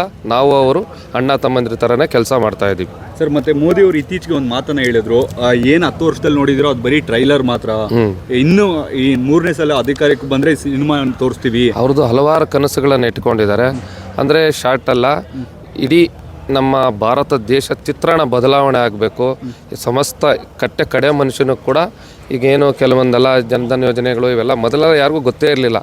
ಇವತ್ತು ಒಂದೇ ಒಂದು ಹೇಳ್ತೀನಿ, ಜಲ್ ಜೀವನ್ ಮಿಷನ್ ಅಂತಿದೆ, ಮನೆಗೂ ನೆಲ್ಲಿ ಅಂತ. ನಿಜವಾಗ್ಲೂ ಆ ಸ್ಕೀಮು ಕಡೆ ವ್ಯಕ್ತಿಗೂ ಕೂಡ ಒಂದು ಮನೆಗೆ ಕೊಳೆಯಲ್ಲಿ ನೀರು ಹೋಗುವಂಥ ಕೆಲಸ ಆಗ್ತಾಯಿದೆ. ಎಷ್ಟು ದೊಡ್ಡ ಪ್ರಾಜೆಕ್ಟ್ ಗೊತ್ತಾ ಅದು? ಈ ಥರದ ಅವ್ರದ್ದು ಹಲವಾರು ಪ್ಲಾನಿಂಗ್ ಇದೆ.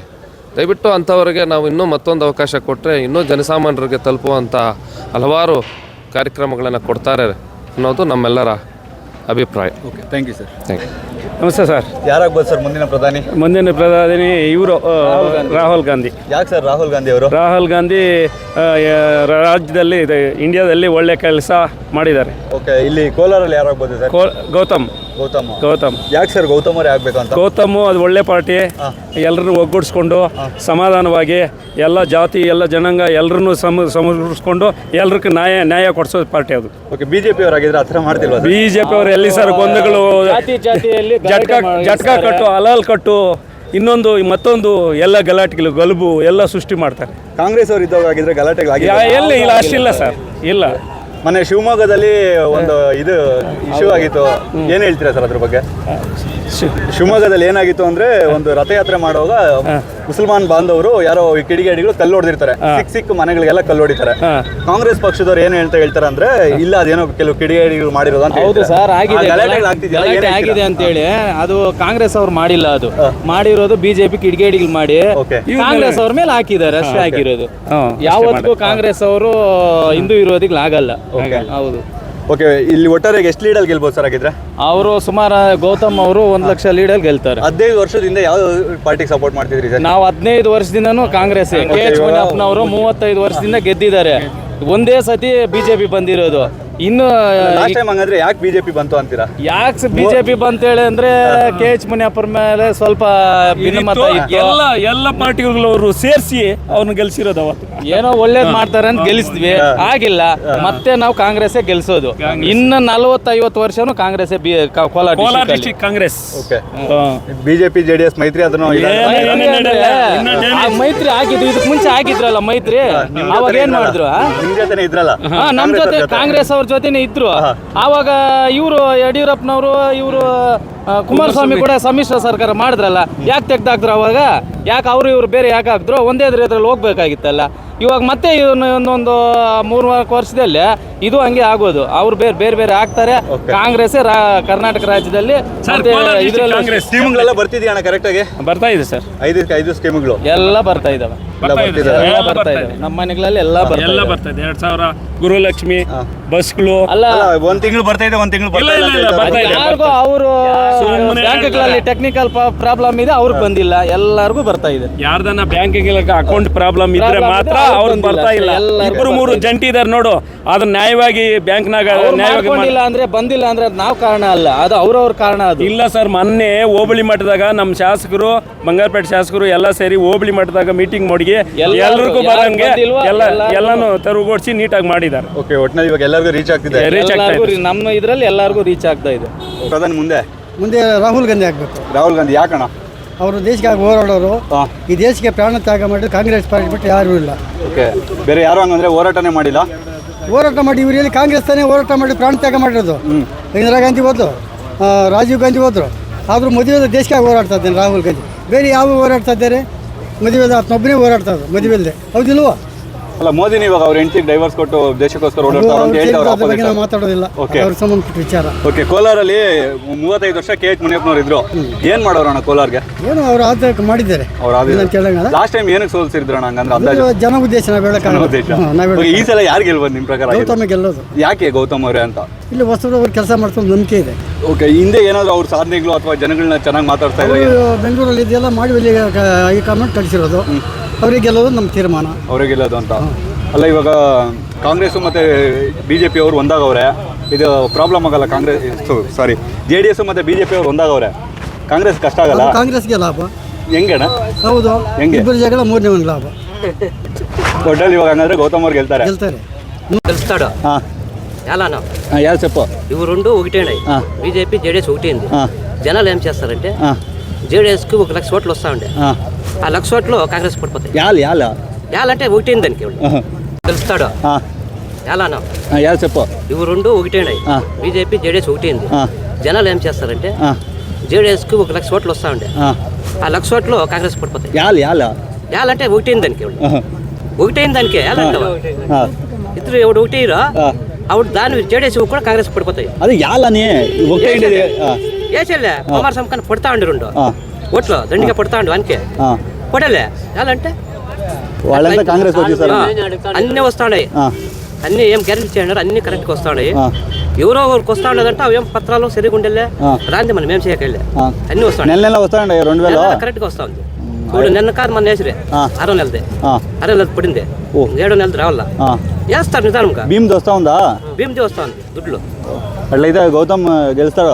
గౌతమ్ యాడ్నికి వచ్చిండి అది చింతామణికి వచ్చినామా తిరుగా చిక్కపడాపురమా రక్షారామ ఆయన గెలుస్తాడు, ఆయన గెలుస్తాడు. కాదు ఆపోజిట్ సుధాకర్ ఉన్నాడు, సుధాకర్ పైన గెలిచక అవుతుందా?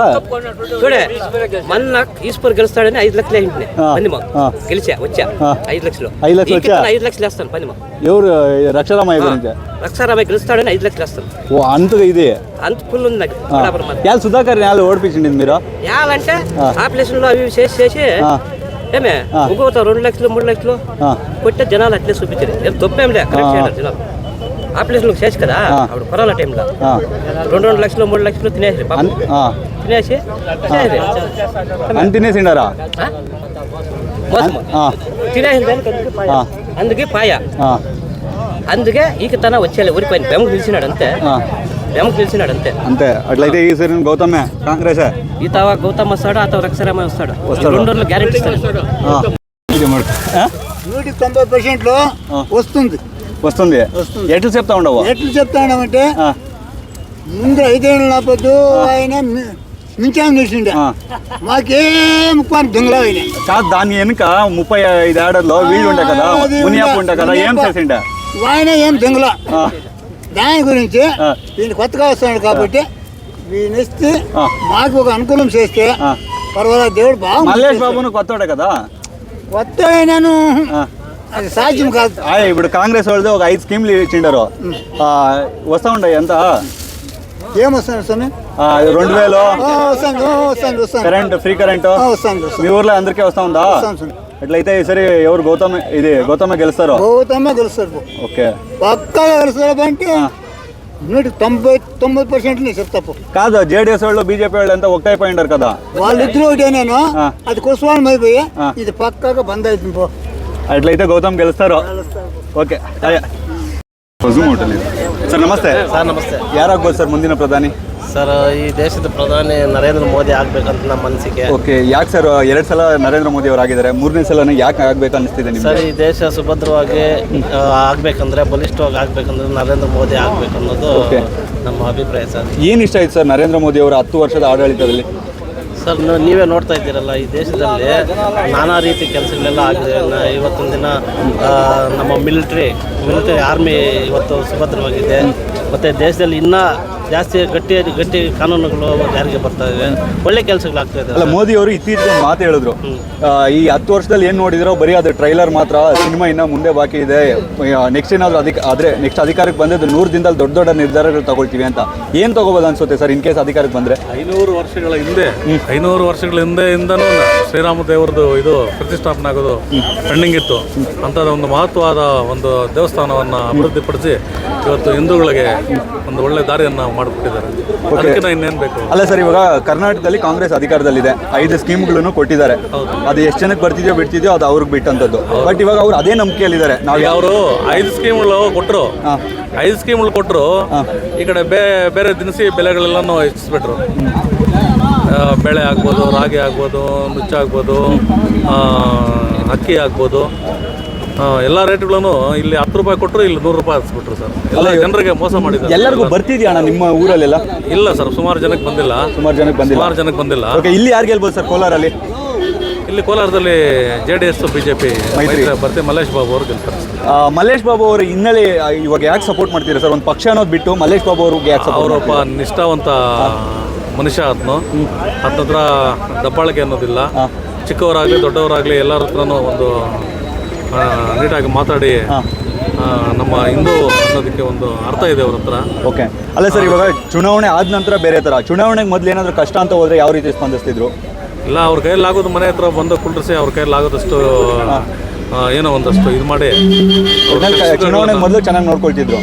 ಮೊದಲು ನೋಡ್ಕೊತಾರೆ. ಮುಂದೆ ಎಲೆಕ್ಷನ್ ಗೆದ್ದ ಮೇಲೆ ಕೂಡ ಅವರು ನೋಡ್ತಾರೆ ಸರ್. ಓಕೆ. ನಾನು ಒಬ್ಬ JDS ಜಿಲ್ಲಾಧ್ಯಕ್ಷ SC ವಿಭಾಗದಲ್ಲಿ ಕೆಲಸ ಮಾಡ್ತಾ ಇದ್ದೀನಿ.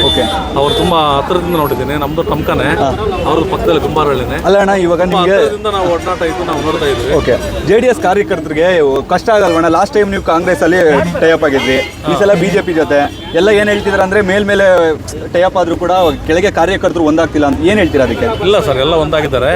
ಎಲ್ಲ ನಮ್ಮ HD ದೇವೇಗೌಡರು, ನಮ್ಮ ಕುಮಾರಣ್ಣ ಅವ್ರ ನೇತೃತ್ವದಲ್ಲಿ, ನಮ್ಮ ಮೋದಿ ಅವರ ಸಾಹೇಬರ ನೇತೃತ್ವದಲ್ಲಿ ನಾವು ಒಟ್ಟಿಗೆ ಚುನಾವಣೆಯನ್ನು ಎದುರಿಸಿ ನಾವು ಹಿಂದೂ ರಾಷ್ಟ್ರ ಅನ್ನೋದನ್ನ ನಾವು ಸಾಬೀತುಪಡಿಸ್ತೀವಿ ಸರ್. ಓಕೆ. ಬೆಂಗಳೂರು ಗ್ರಾಮಾಂತರ ಬಗ್ಗೆ ಗೊತ್ತೇನಣ್ಣ? ಏನಾದ್ರು ಐಡಿಯಾ?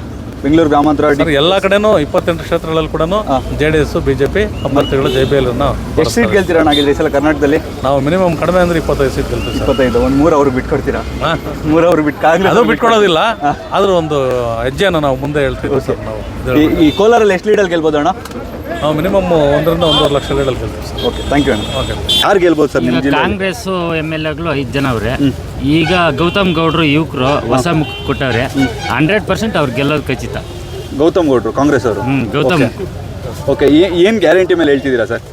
ಅಲ್ಲ, ಇವಾಗ ಒಂದು ಇದು ಹೇಳೋದಾದ್ರೆ ಲಾಸ್ಟ್ 5 ಗ್ಯಾರಂಟಿಗಳು ಕೊಟ್ಟವ್ರಲ್ಲ ಶ್ರೀಸಾಮಾನ್ಯರಿಗೆ. ಇವತ್ತು 2,000 ಅಂತಂದ್ರೆ ಎಷ್ಟೋ ಜನ ವಯಸ್ಸಾಗದಿರೋರು ಮುದುಕಿರವ್ರೆ, ಅರ್ಥ ಆಯ್ತಾ, ಆರೋಗ್ಯ ಕೆಟ್ಟಿರೋರವ್ರೆ. 2,000 ಇದ್ರೆ ಅವ್ರಿಗೆ ಎಷ್ಟೋ ಬೆಟ್ಟ ಇದ್ದಂಗೆ, ಅರ್ಥ ಆಯ್ತಾ. ಈಗ ನೀರ್ಗಳಿಲ್ಲ, ನೀರ್ದು ಪ್ರಾಬ್ಲಮ್ ಐತೆ, ಅದರಿಂದ ಕೆಲಸಗಳು ಕಾರ್ಯಗಳು ಕಡಿಮೆ. ಅದರಿಂದ 2,000 ಕೊಟ್ಟಿರೋದ್ರಿಂದ ಅಕ್ಕಿ ಇವತ್ತು 10 kg ಏನು ಮಾತಾಡಿವ್ರ ನುಡಿದಂತೆ ನಡೆದಿರೋ ಸರ್ಕಾರ ಅಂತಂದರೆ ಕಾಂಗ್ರೆಸ್ ಸರ್ಕಾರ. ಆದ್ದರಿಂದ ಗೌತಮ್ ಅವರು ಈ ಸರಿ ಪಾರ್ಲಿಮೆಂಟ್ ಕಳಿಸೋದಂತೂ ನಾವು ನಿಶ್ಚಯ ಮಾಡಿದ್ದೀವಿ. ನಮ್ಮ ಜಿಲ್ಲೆಯಲ್ಲಿ ಗ್ಯಾರಂಟಿ. ನಾವು ಶಿಡ್ಲಘಟ್ಟ ತಾಲೂಕು, ನಾವು ರಾಜಗೌಡರು ಪಾಲಯ್ಯರು, ಅರ್ಥ ಆಯ್ತಾ. ಅವರು ಸಮಾಜ ಸೇವೆ ಅಂತೇಳಿ ಬಂದು ಸಾಕಷ್ಟು ನಮ್ಮ ತಾಲೂಕಲ್ಲಿ ಭೇದ ಭಾವ ಇಲ್ಲದೆ ಯಾವ ಪಾರ್ಟಿ ಅಂತೇಳಿ ನೋಡಿದೆ ಆದಷ್ಟು ಸಹಕರಿಸೇವ್ರಿ. ರಾಜಗೌಡರ ಪರವಾಗಿ ನಾವೆಲ್ಲ ಬಂದಿದ್ರಿ. ನಾವು ಗೌತಮ್ ಅವ್ರನ್ನ ಪಾರ್ಲಿಮೆಂಟ್ ಕಳಿಸ್ಬೇಕಂತೇಳಿ ಇಚ್ಛೆಯಿಂದ ಗೆಲ್ಲಿಸ್ತೀರಿ. 100% ನಾವು ಹೇಳ್ತಾ ಇದ್ರಲ್ಲ 2 ಲಕ್ಷ 1 ಲಕ್ಷ ಅಂತ ಹೇಳ್ಬಿಟ್ಟು ಗೆಲುವು ನಮ್ಮದು. ಇವಾಗ ಅದೇ ಕಾಂಗ್ರೆಸ್ ಇಂದ KH ಮುನಿಯಪ್ಪನವರು 35 ವರ್ಷ ಆಗಿದ್ರು, ಸೋಲಿಲ್ಲದ ಸರ್ದಾರ್ ಆಗಿದ್ರು, ಸೆಂಟ್ರಲ್ ಮಿನಿಸ್ಟರ್ ಆಗಿದ್ರು. ಅವರ ಕೊಡುಗೆಗಳು ಏನೇನಿದೆ ಸರ್ ಕೋಲಾರ್ಗೆ? ಇವಾಗ ಒಂದು ಯಾಕೆ ಪ್ರಶ್ನೆ ಕೇಳ್ತೀನಿ ಅಂತ ಹೇಳ್ಬಿಡ್ತೀನಿ ನೋಡಿ. ಲಾಸ್ಟ್ ಟೈಮ್ ಅವ್ರಿಗಿದ್ದಷ್ಟು ವಿರೋಧಿ ಅಲೆ ಯಾರಿಗೂ ಇರ್ಲಿಲ್ಲ. ಬಹುಶಃ ಕ್ಯಾಂಡಿಡೇಟ್ ಯಾರು ಅಂತಾನೆ ನೋಡದೆ BJP ಓಟ್ ಹಾಕಿದ್ರು. ಅದು ನಿಮಗೂ ಗೊತ್ತಿರುತ್ತೆ, ಅದು ಏನೇನು ಒಳ ಇದೆಲ್ಲ ಬಿಡಿ. ಸೊ ಏನ್ ನಿಮ್ ಪ್ರಕಾರ ಏನ್ ಕೊಡುಗೆ ಇರುತ್ತೆ? ಇವಾಗ ಅದೇ ಕಾಂಗ್ರೆಸ್ ಪಕ್ಷದವ್ರು ಹೆಂಗ್ ಓಟ್ ಕೇಳ್ಬೋದು ನಿಮ್ ಪ್ರಕಾರ? ಇವತ್ತು KH ಮುನಿಯಪ್ಪ ಅವರು 30 ವರ್ಷದಿಂದ ಉಳಿಸ್ಕೊಂಬಂದಿರೋದಕ್ಕೆ ಇವತ್ತು ಕಾಂಗ್ರೆಸ್ಸು ಕೋಲಾರಲ್ಲಿ ಹೇಳ್ತಾ ಇರೋದು ಕಾಂಗ್ರೆಸ್ ಹೆಸರು ಅಂತೇಳಿ ಹೇಳ್ತಾ ಇದ್ದೀವಿ ನಾವು. ಯಾರೇ ಆಗ್ಬೋದು, ಅರ್ಥ ಆಯ್ತಾ. ಅವರು ಹಾಕಿ ಕೊಟ್ಟಿರೋ ಆದಿ ಯಾವುದೊಂದು ಪ್ರತಿಯೊಂದು ಕೇಸ್ ಆಗ್ಬೋದು, ಇನ್ನೊಂದು ಆಗ್ಬೋದು, ಜನಸಾಮಾನ್ಯ ಸ್ಪಂದಿಸಿರೋ ವ್ಯಕ್ತಿ, ಏಕೈಕ ವ್ಯಕ್ತಿ ಅಂದರೆ KH ಮುನಿಯಪ್ಪನವರು. ಅರ್ಥ ಆಯ್ತಾ. ಎಂಥ ಹುಡುಗರನ್ನ ಕೇಳಿದ್ರೆ KH ಮುನಿಯಪ್ಪ ಅಂತಾರ, ದೊಡ್ಡವ್ರನ್ನ ಕೇಳಿದ್ರೆ ಇವತ್ತು ಹಿರಿಯರವ್ರೆ ಅವರು KH ಮುನಿಯಪ್ಪ ಅಂತಾರ. ಕಾಂಗ್ರೆಸ್ ಅಂತಂದ್ರೆ KH ಮುನಿಯಪ್ಪನವರು ಸ್ವಲ್ಪ ಗೊಂದಲ ಇರ್ಬೋದು ಅಷ್ಟೇ. ಲಾಸ್ಟ್ ಟೈಮ್ ಯಾಕೆ ಸರ್ ಸೋತ್ರ? ಲಾಸ್ಟ್ ಟೈಮ್ ಸ್ವಲ್ಪ ಈಗ ಎಲ್ರು ಒಬ್ಬರನ್ನೇ ನೋಡ್ಕೊಡ್ದು ಬೇರೆಯವ್ರನ್ನ ನೋಡ್ಬೇಕಂತ ಹೇಳ್ಬಿಟ್ಟು ತೀರ್ಮಾನ ನಮ್ಮದು ಆಗಿರ್ಬೋದು. ಅರ್ಥ ಆಯ್ತಾ. ಅದು ಓಪನ್ ಆಗಿ ನಾವು ಹೇಳ್ತೀವಿ, ನಮ್ದು ನೋಡಿದ್ರೆ ನೋಡ್ಬಾರ ಅಂತ ಹೇಳಿ ಅವ್ರಿಗೆ ಹಾಕಿದ್ರೆ ಓಟು ನಾವು ಅನುಭವಿಸ್ತಾ ಇದೀವಿ ಈಗ. ಅಲ್ಲ ಸರ್, ಇವಾಗ ಆಯ್ತು ಕಾಂಗ್ರೆಸ್ ಅಧಿಕಾರಕ್ಕೆ ಬರುತ್ತೆ ಸೆಂಟ್ರಲ್ ಅಲ್ಲಿ, ಯಾರಾಗ್ತಾರೆ ಸರ್ ನಿಮ್ ಪ್ರಧಾನಿ? ಪ್ರಧಾನಿ ಬಗ್ಗೆ ನಾವು ಯಾವುದೇ ಕಾರಣಕ್ಕೂ ಈಗ ಮಾತಾಡೋದು ಬೇಕಾಗಿಲ್ಲ. ಅರ್ಥ ಆಯ್ತಾ. ಜಾಸ್ತಿ ಜನ ಯುವಕರವ್ರೆ, ಯುವ ಸಮುದಾಯ ಐತೆ. ಹೇಳಿ ಸರ್, ಹೇಳಿ. ಯುವಕರು ಎಲ್ಲಾನು ಈಗ ಮೋದಿ ಅಂತೇಳಿ ಅಂತವ್ರಿ. ಅದ್ರ ನಾವು ಅಫಿಷಿಯಲ್ ಆಗಿ ಮಾತಾಡೋದಾದ್ರೆ ನಾವು ಪಾರ್ಟಿ ಕಾಂಗ್ರೆಸ್ ಅಂತ ಹೇಳ್ಬಿಟ್ಟು ಅಲ್ಲಿದೆ. ಮೋದಿ ಅಂತೇಳಿ ನಾವ್ ಹೇಳಕ್ ಬರಲ್ಲ. ರಾಹುಲ್ ಗಾಂಧಿ ನಮ್ಮ ನಾಯಕರವ್ರೆ. ನಾವು KH ಮುನಿಯಪ್ಪನವ್ರ ಮಾರ್ಗದರ್ಶನದಿಂದ ನಾವು ಮುಂದೆ ಬಂದಿರೋರು. ಇವತ್ತು ಗೌತಮ್ ಅವ್ರನ್ನ ಅವರಿಂದೇನೆ ಕರ್ಕೊಂಡು ಹೋಗೋದು ಗ್ಯಾರಂಟಿ. ಅರ್ಥ ಆಯ್ತಾ. 100%. ಅಲ್ಲ, ಇವಾಗ ನಿಮ್ಗೆ BJP ಅವರು ಮತ್ತೆ JDS ಅವರು ಇಬ್ರು ಇದಾಗವ್ರೆ. ಅಲ್ಲ, ಕಷ್ಟ ಅನ್ಸಲ್ಲ ಕಾಂಗ್ರೆಸ್ ಅವ್ರಿಗೆ? ಹಂಗೆ ಇನ್ನು ಒಳ್ಳೇದಾಯ್ತು. ಅರ್ಥ ಆಯ್ತಾ. ನಮ್ಗೆ ಯಾರಕ್ಕೂ ಕಾಣ್ತಿರೋ ಮತಗಳು ಏನವೇ ಇವತ್ತು JDS ಅಲ್ಲಿ ಆಗ್ತಾ ಇದ್ರಲ್ಲ, ಅವ್ರಿಗೆ ಹಾಕಿ ಗೆಲ್ಸ್ಕೊಂಡ್ ಬಂದ್ರಲ್ಲ, ಅವೆಲ್ಲ ಇವತ್ತು ಪಕ್ಕ ಕಾಂಗ್ರೆಸ್. ನೀವು ಅರ್ಥ ಮಾಡ್ಕೊಳ್ರಿ ಯಾವ ಓಟ್ಗಳು ಅಂತ ಹೇಳ್ಬಿಟ್ಟು. ಅರ್ಥ ಆಯ್ತಾ. ನಮ್ಮ ಮುಸ್ಲಿಂ ಬಾಂಧವರವ್ರೆ, ಅವರೆಲ್ಲ ನಮ್ ಕೈ ಹಿಡಿತಾರ. ಅರ್ಥ ಆಯ್ತಾ. ಈಗ ಏನಿದ್ರು ಕಾಂಗ್ರೆಸ್ ಅಲ್ಲೇ ಎದ್ದಿದ್ದಾಗೈತೆ. ಅರ್ಥ ಆಯ್ತಾ. ಇವತ್ತು ಕೊತ್ತೂರು ಮಂಜಣ್ಣ ಆಗಿರ್ಬೋದು, ಅರ್ಥ ಆಯ್ತಾ, MC ಸುಧಾಕರ್ ಸಾಹೇಬ್ರಾಗಿರ್ಬೋದು, ಅರ್ಥ ಆಯ್ತಾ. ಇಲ್ಲಿ ಪಕ್ಕದಲ್ಲಿ ನಮ್ಮ ನಂಜೇಗೌಡರಾಗಿರ್ಬೋದು, ನಾರಾಯಣ ಸ್ವಾಮಿ, ರಮೇಶ್ ಕುಮಾರ್ ಸಾಹೇಬ್ರು ಇರ್ಬೋದು. ಇಲ್ಲಿ ಕ್ಷೇತ್ರದ ರಾಜಗೌಡ್ರು ಬಿಡು, ಅವ್ರು ನಮ್ಮ ನಾಯಕರವ್ರೆ, ಸೋತಿರ್ಬೋದು. ಇವತ್ತು ಆಂಜನಪ್ಪ ಪುಟ್ಟು ಇವರಿಬ್ಬರು ಒಂದಾಗಿರೋದಾಗೈತೆ. ನಮ್ಮ ತಾಲೂಕಲ್ಲಿ ಇನ್ನು ಕಾಂಗ್ರೆಸ್ ಲೀಡೆ. ಅಲ್ಲ, ನೀವು ಒಂದು ಹೇಳಿದ್ರಿ ಇವಾಗ ಎಲ್ಲ ಓಟುಗಳು ಕನ್ಸಾಲಿಡೇಟ್ ಆಗುತ್ತೆ ಅಂತ. ಕಾಂಗ್ರೆಸ್ ಒಂದು ದೊಡ್ಡ ಪಕ್ಷ. ಹೌದು ಸರ್. ಭಾರತದಲ್ಲಿರುವಂಥದ್ದು ಒಂದು ದೊಡ್ಡ ಧರ್ಮ, ಹಿಂದೂ ಧರ್ಮ. ರಾಮ ಮಂದಿರ ಓಪನ್ ಆಯಿತು.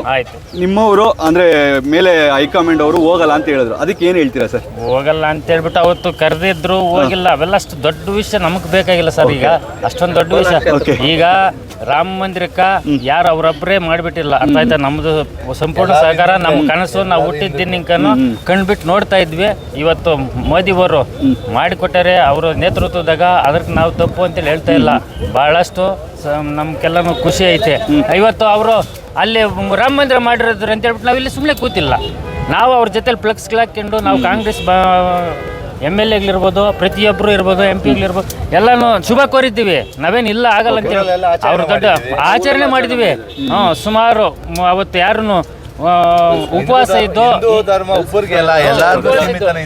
ಉಪವಾಸ ಇದ್ದು ನಾವು ಅವತ್ತು ರಾಮರನ್ನ ಅವತ್ತು ಪ್ರತಿಷ್ಠಾಪನೆ ಆಗಿದ್ದು ಸರ್. ನಾವು ಮೆರವಣಿಗೆ ಮಾಡಿ ಎಲ್ಲ ಮಾಡಿದ್ದೀವಿ.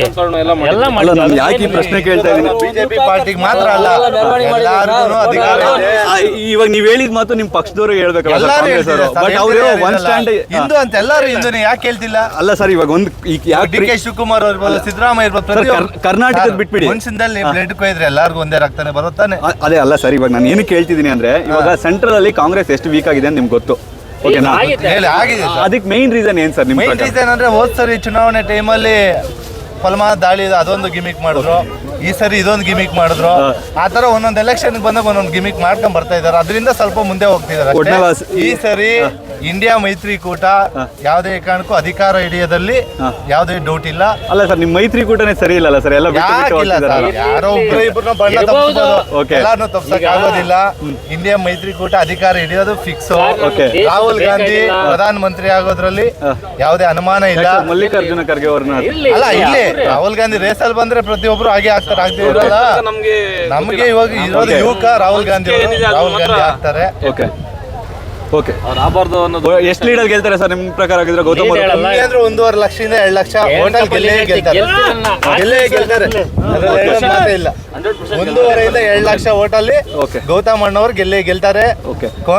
ಕೋಲಾರಲ್ಲಿ ಕಾಂಗ್ರೆಸ್ ಬಾವುಟ ಆರ್ತದೆ. ಯಾವುದೇ ಕಾರಣಕ್ಕೂ ಸಾಕಷ್ಟು ಅವರು ಹಿಂದಿನಿಂದ ಕೆಲವ್ರು ನೋಡಿರೋರು, ನಾವು ಹೊಸದಾಗಿ ನೋಡ್ತಾ ಇದ್ರು. ಹಿಂದೆ ಅವರು ನಾಯಕತ್ವ ಹೆಂಗಿತ್ತು ಅಂತೇಳಿ ಎಲ್ಲರೂ ಹೇಳ್ತಾವ್ರೆ.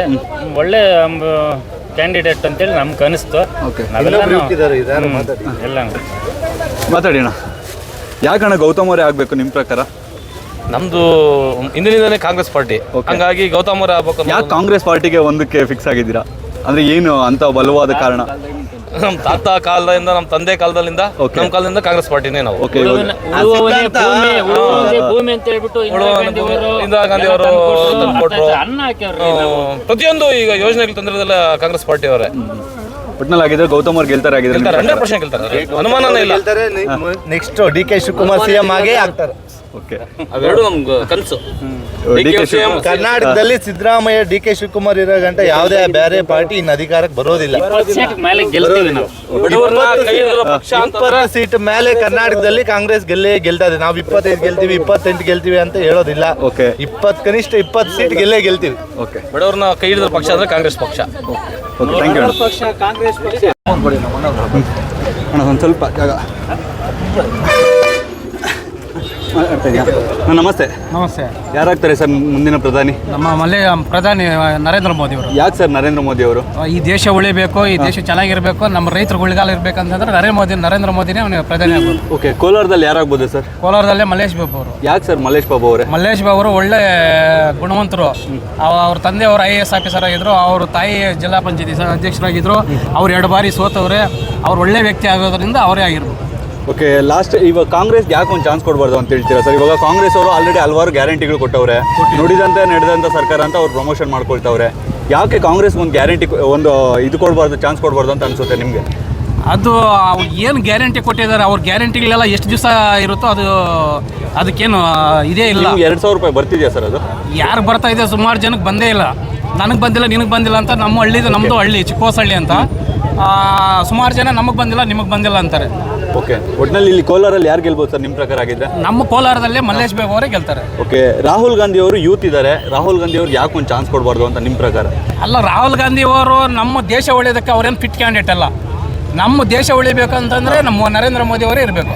ಓಕೆ, ಇವಾಗ ನರೇಂದ್ರ ಮೋದಿ ಅವರು ಆದ ನಂತರ ಮುಂದಿನ ಪ್ರಧಾನಿ ಯಾರಾಗ್ಬೋದು ಸರ್ ನಿಮ್ಗೆ ಗೊತ್ತಿರೋ ಒಂದು BJPಯಲ್ಲಿ ನೋಡ್ಕೊಳೋದಾದ್ರೆ? ಅಲ್ಲ, ನರೇಂದ್ರ ಮೋದಿ ಆದ್ಮೇಲೆ ಅದಿನ್ನೂ ಟೈಮ್ ಇದೆ, ಆಮೇಲೆ ಯೋಚನೆ ಮಾಡೋಣ. ಓಕೆ, ಈ ಸದ್ಯಕ್ಕೆ ನಮ್ಮ ನರೇಂದ್ರ ಮೋದಿನೇ ಇರ್ಲಿ. ಓಕೆ, ಎಷ್ಟು ಲೀಡರ್ ಗೆಲ್ಬೋದು ಸರ್ ಇವಾಗ ಆಗಿದ್ರೆ ಮಲ್ಲೇಶ್ ಬಾಬು ಅವರು? ಮಲ್ಲೇಶ್ ಬಾಬು ಅವರು 1 ರಿಂದ 1.5 ಲಕ್ಷ ಲೀಡಲ್ಲಿ ಗೆಲ್ತಾರೆ. 1.5 ಲಕ್ಷ 1 ರಿಂದ 1.5 ಲಕ್ಷ ಲೀಡಲ್ಲಿ ಗೆಲ್ತಾರೆ. ಮತ್ತೆ ಅಪೋಸಿಟ್ ಕ್ಯಾಂಡಿಡೇಟ್ಗಳು 2 ಬಣ ಮಾಡ್ಕೊಂಡು ಸೀಟ್ಗೋಸ್ಕರ ಹೊಡೆದಾಡ್ತಾ ಇದ್ರು, ಏನ್ ಹೇಳ್ತೀರಾ ಅದಕ್ಕೆ? ಅದು ಅವ್ರ ಪಾರ್ಟಿ ಬಗ್ಗೆ ನಾವು ಮಾತಾಡೋದು ಬೇಡ. ನಮ್ಮ ಕ್ಯಾಂಡಿಡೇಟು ನಾವು ಗೆಲ್ತೀವಿ, ನಮ್ಗೆ ಆ ನಂಬಿಕೆ ಇದೆ. ಅಲ್ಲ, ಲಾಸ್ಟ್ ಒಂದು 5 ವರ್ಷ ಬಿಟ್ಬಿಟ್ಟು ಲಾಸ್ಟ್ ಒಂದು 35 ವರ್ಷದವರೆಗೂ ಒಬ್ಬರೇ MP ಆಗಿದ್ರು. ಏನಾದ್ರೂ ಇಂಪ್ರೂವ್ಮೆಂಟ್ ಮಾಡಿದ್ರ ಸರ್ ಅವರು? ಏನು ಇಂಪ್ರೂವ್ಮೆಂಟ್ ಇಲ್ಲ. ಇಂಪ್ರೂವ್ಮೆಂಟ್ ಎಲ್ಲ ಶೂನ್ಯನೇ. 7 ಟರ್ಮ್ MP ಅಲ್ಲಿ ಆಗಿದ್ದರು. ಈಗ ನಮ್ಮ ಮುನ್ಷಿಯವರು ಬಂದ್ಮೇಲೆ ಇಂಪ್ರೂವ್ಮೆಂಟ್ ಆಗಿದೆ. ಎಲ್ಲ ಹಳ್ಳಿಗನು ಐಮಾಸ್ ಲೈಟ್ ಹಾಕಿದ್ದಾರೆ, ರಸ್ತೆ ಹಾಕಿದ್ದಾರೆ, ಎಲ್ಲ ಪ್ರತಿಯೊಂದು ಅನುಕೂಲಗಳು ಮಾಡಿದ್ದಾರೆ. ಓಕೆ, ಒಟ್ಟಿನಲ್ಲಿ ಇವಾಗ ಲಾಸ್ಟ್ 40 ವರ್ಷ ನೋಡ್ಕೊಳ್ಳೋದ್ರೆ 35 ವರ್ಷ ಏನಿಲ್ಲ, ಇನ್ನೊಂದು 5 ವರ್ಷ ಪರವಾಗಿಲ್ಲ, ಚೆನ್ನಾಗಿ ಮಾಡಿದ್ದಾರೆ. ಚೆನ್ನಾಗಿ ಮಾಡಿದ್ದಾರೆ. ಮಲ್ಲೇಶ್ ಬಾಬು ಅವರು ಬಂದ್ರೆ ಇನ್ನೂ ಚೆನ್ನಾಗಿ ಮಾಡ್ತಾರೆ ಅಂತ ಚೆನ್ನಾಗಿ ಮಾಡ್ತಾರೆ. ನಂಬಿಕೆ ಇದೆಯಾ? ನಂಬಿಕೆ ಇದೆ. ಓಕೆ, 100%. ಓಕೆ, ಒಟ್ಟಿನಲ್ಲಿ ಮತ್ತೆ ಮೋದಿನೇ ಬೇಕು. ಓಕೆ, ಎಷ್ಟು ಸೀಟ್ ಗೆಲ್ಬೋದು ಸರ್ BJP ಅವರು? ನಮ್ಮ BJP ಅವರು 25 ಸೀಟ್ ಮೇಲೆ ಗೆಲ್ತಾರೆ. 25. ಸೆಂಟ್ರಲ್ ಅಲ್ಲಿ? ಸೆಂಟ್ರಲ್ ಅಲ್ಲೇ ಅಲ್ಲ, ಇದು ಸ್ಟೇಟ್ ಅಲ್ಲಿ 28ಕ್ಕೆ 25, ಸೆಂಟ್ರಲ್ ಅಲ್ಲಿ ಒಂದು 500 400 ಗೆಲ್ತಾರೆ. 400 ಬರುತ್ತೆ. Okay, thank you sir.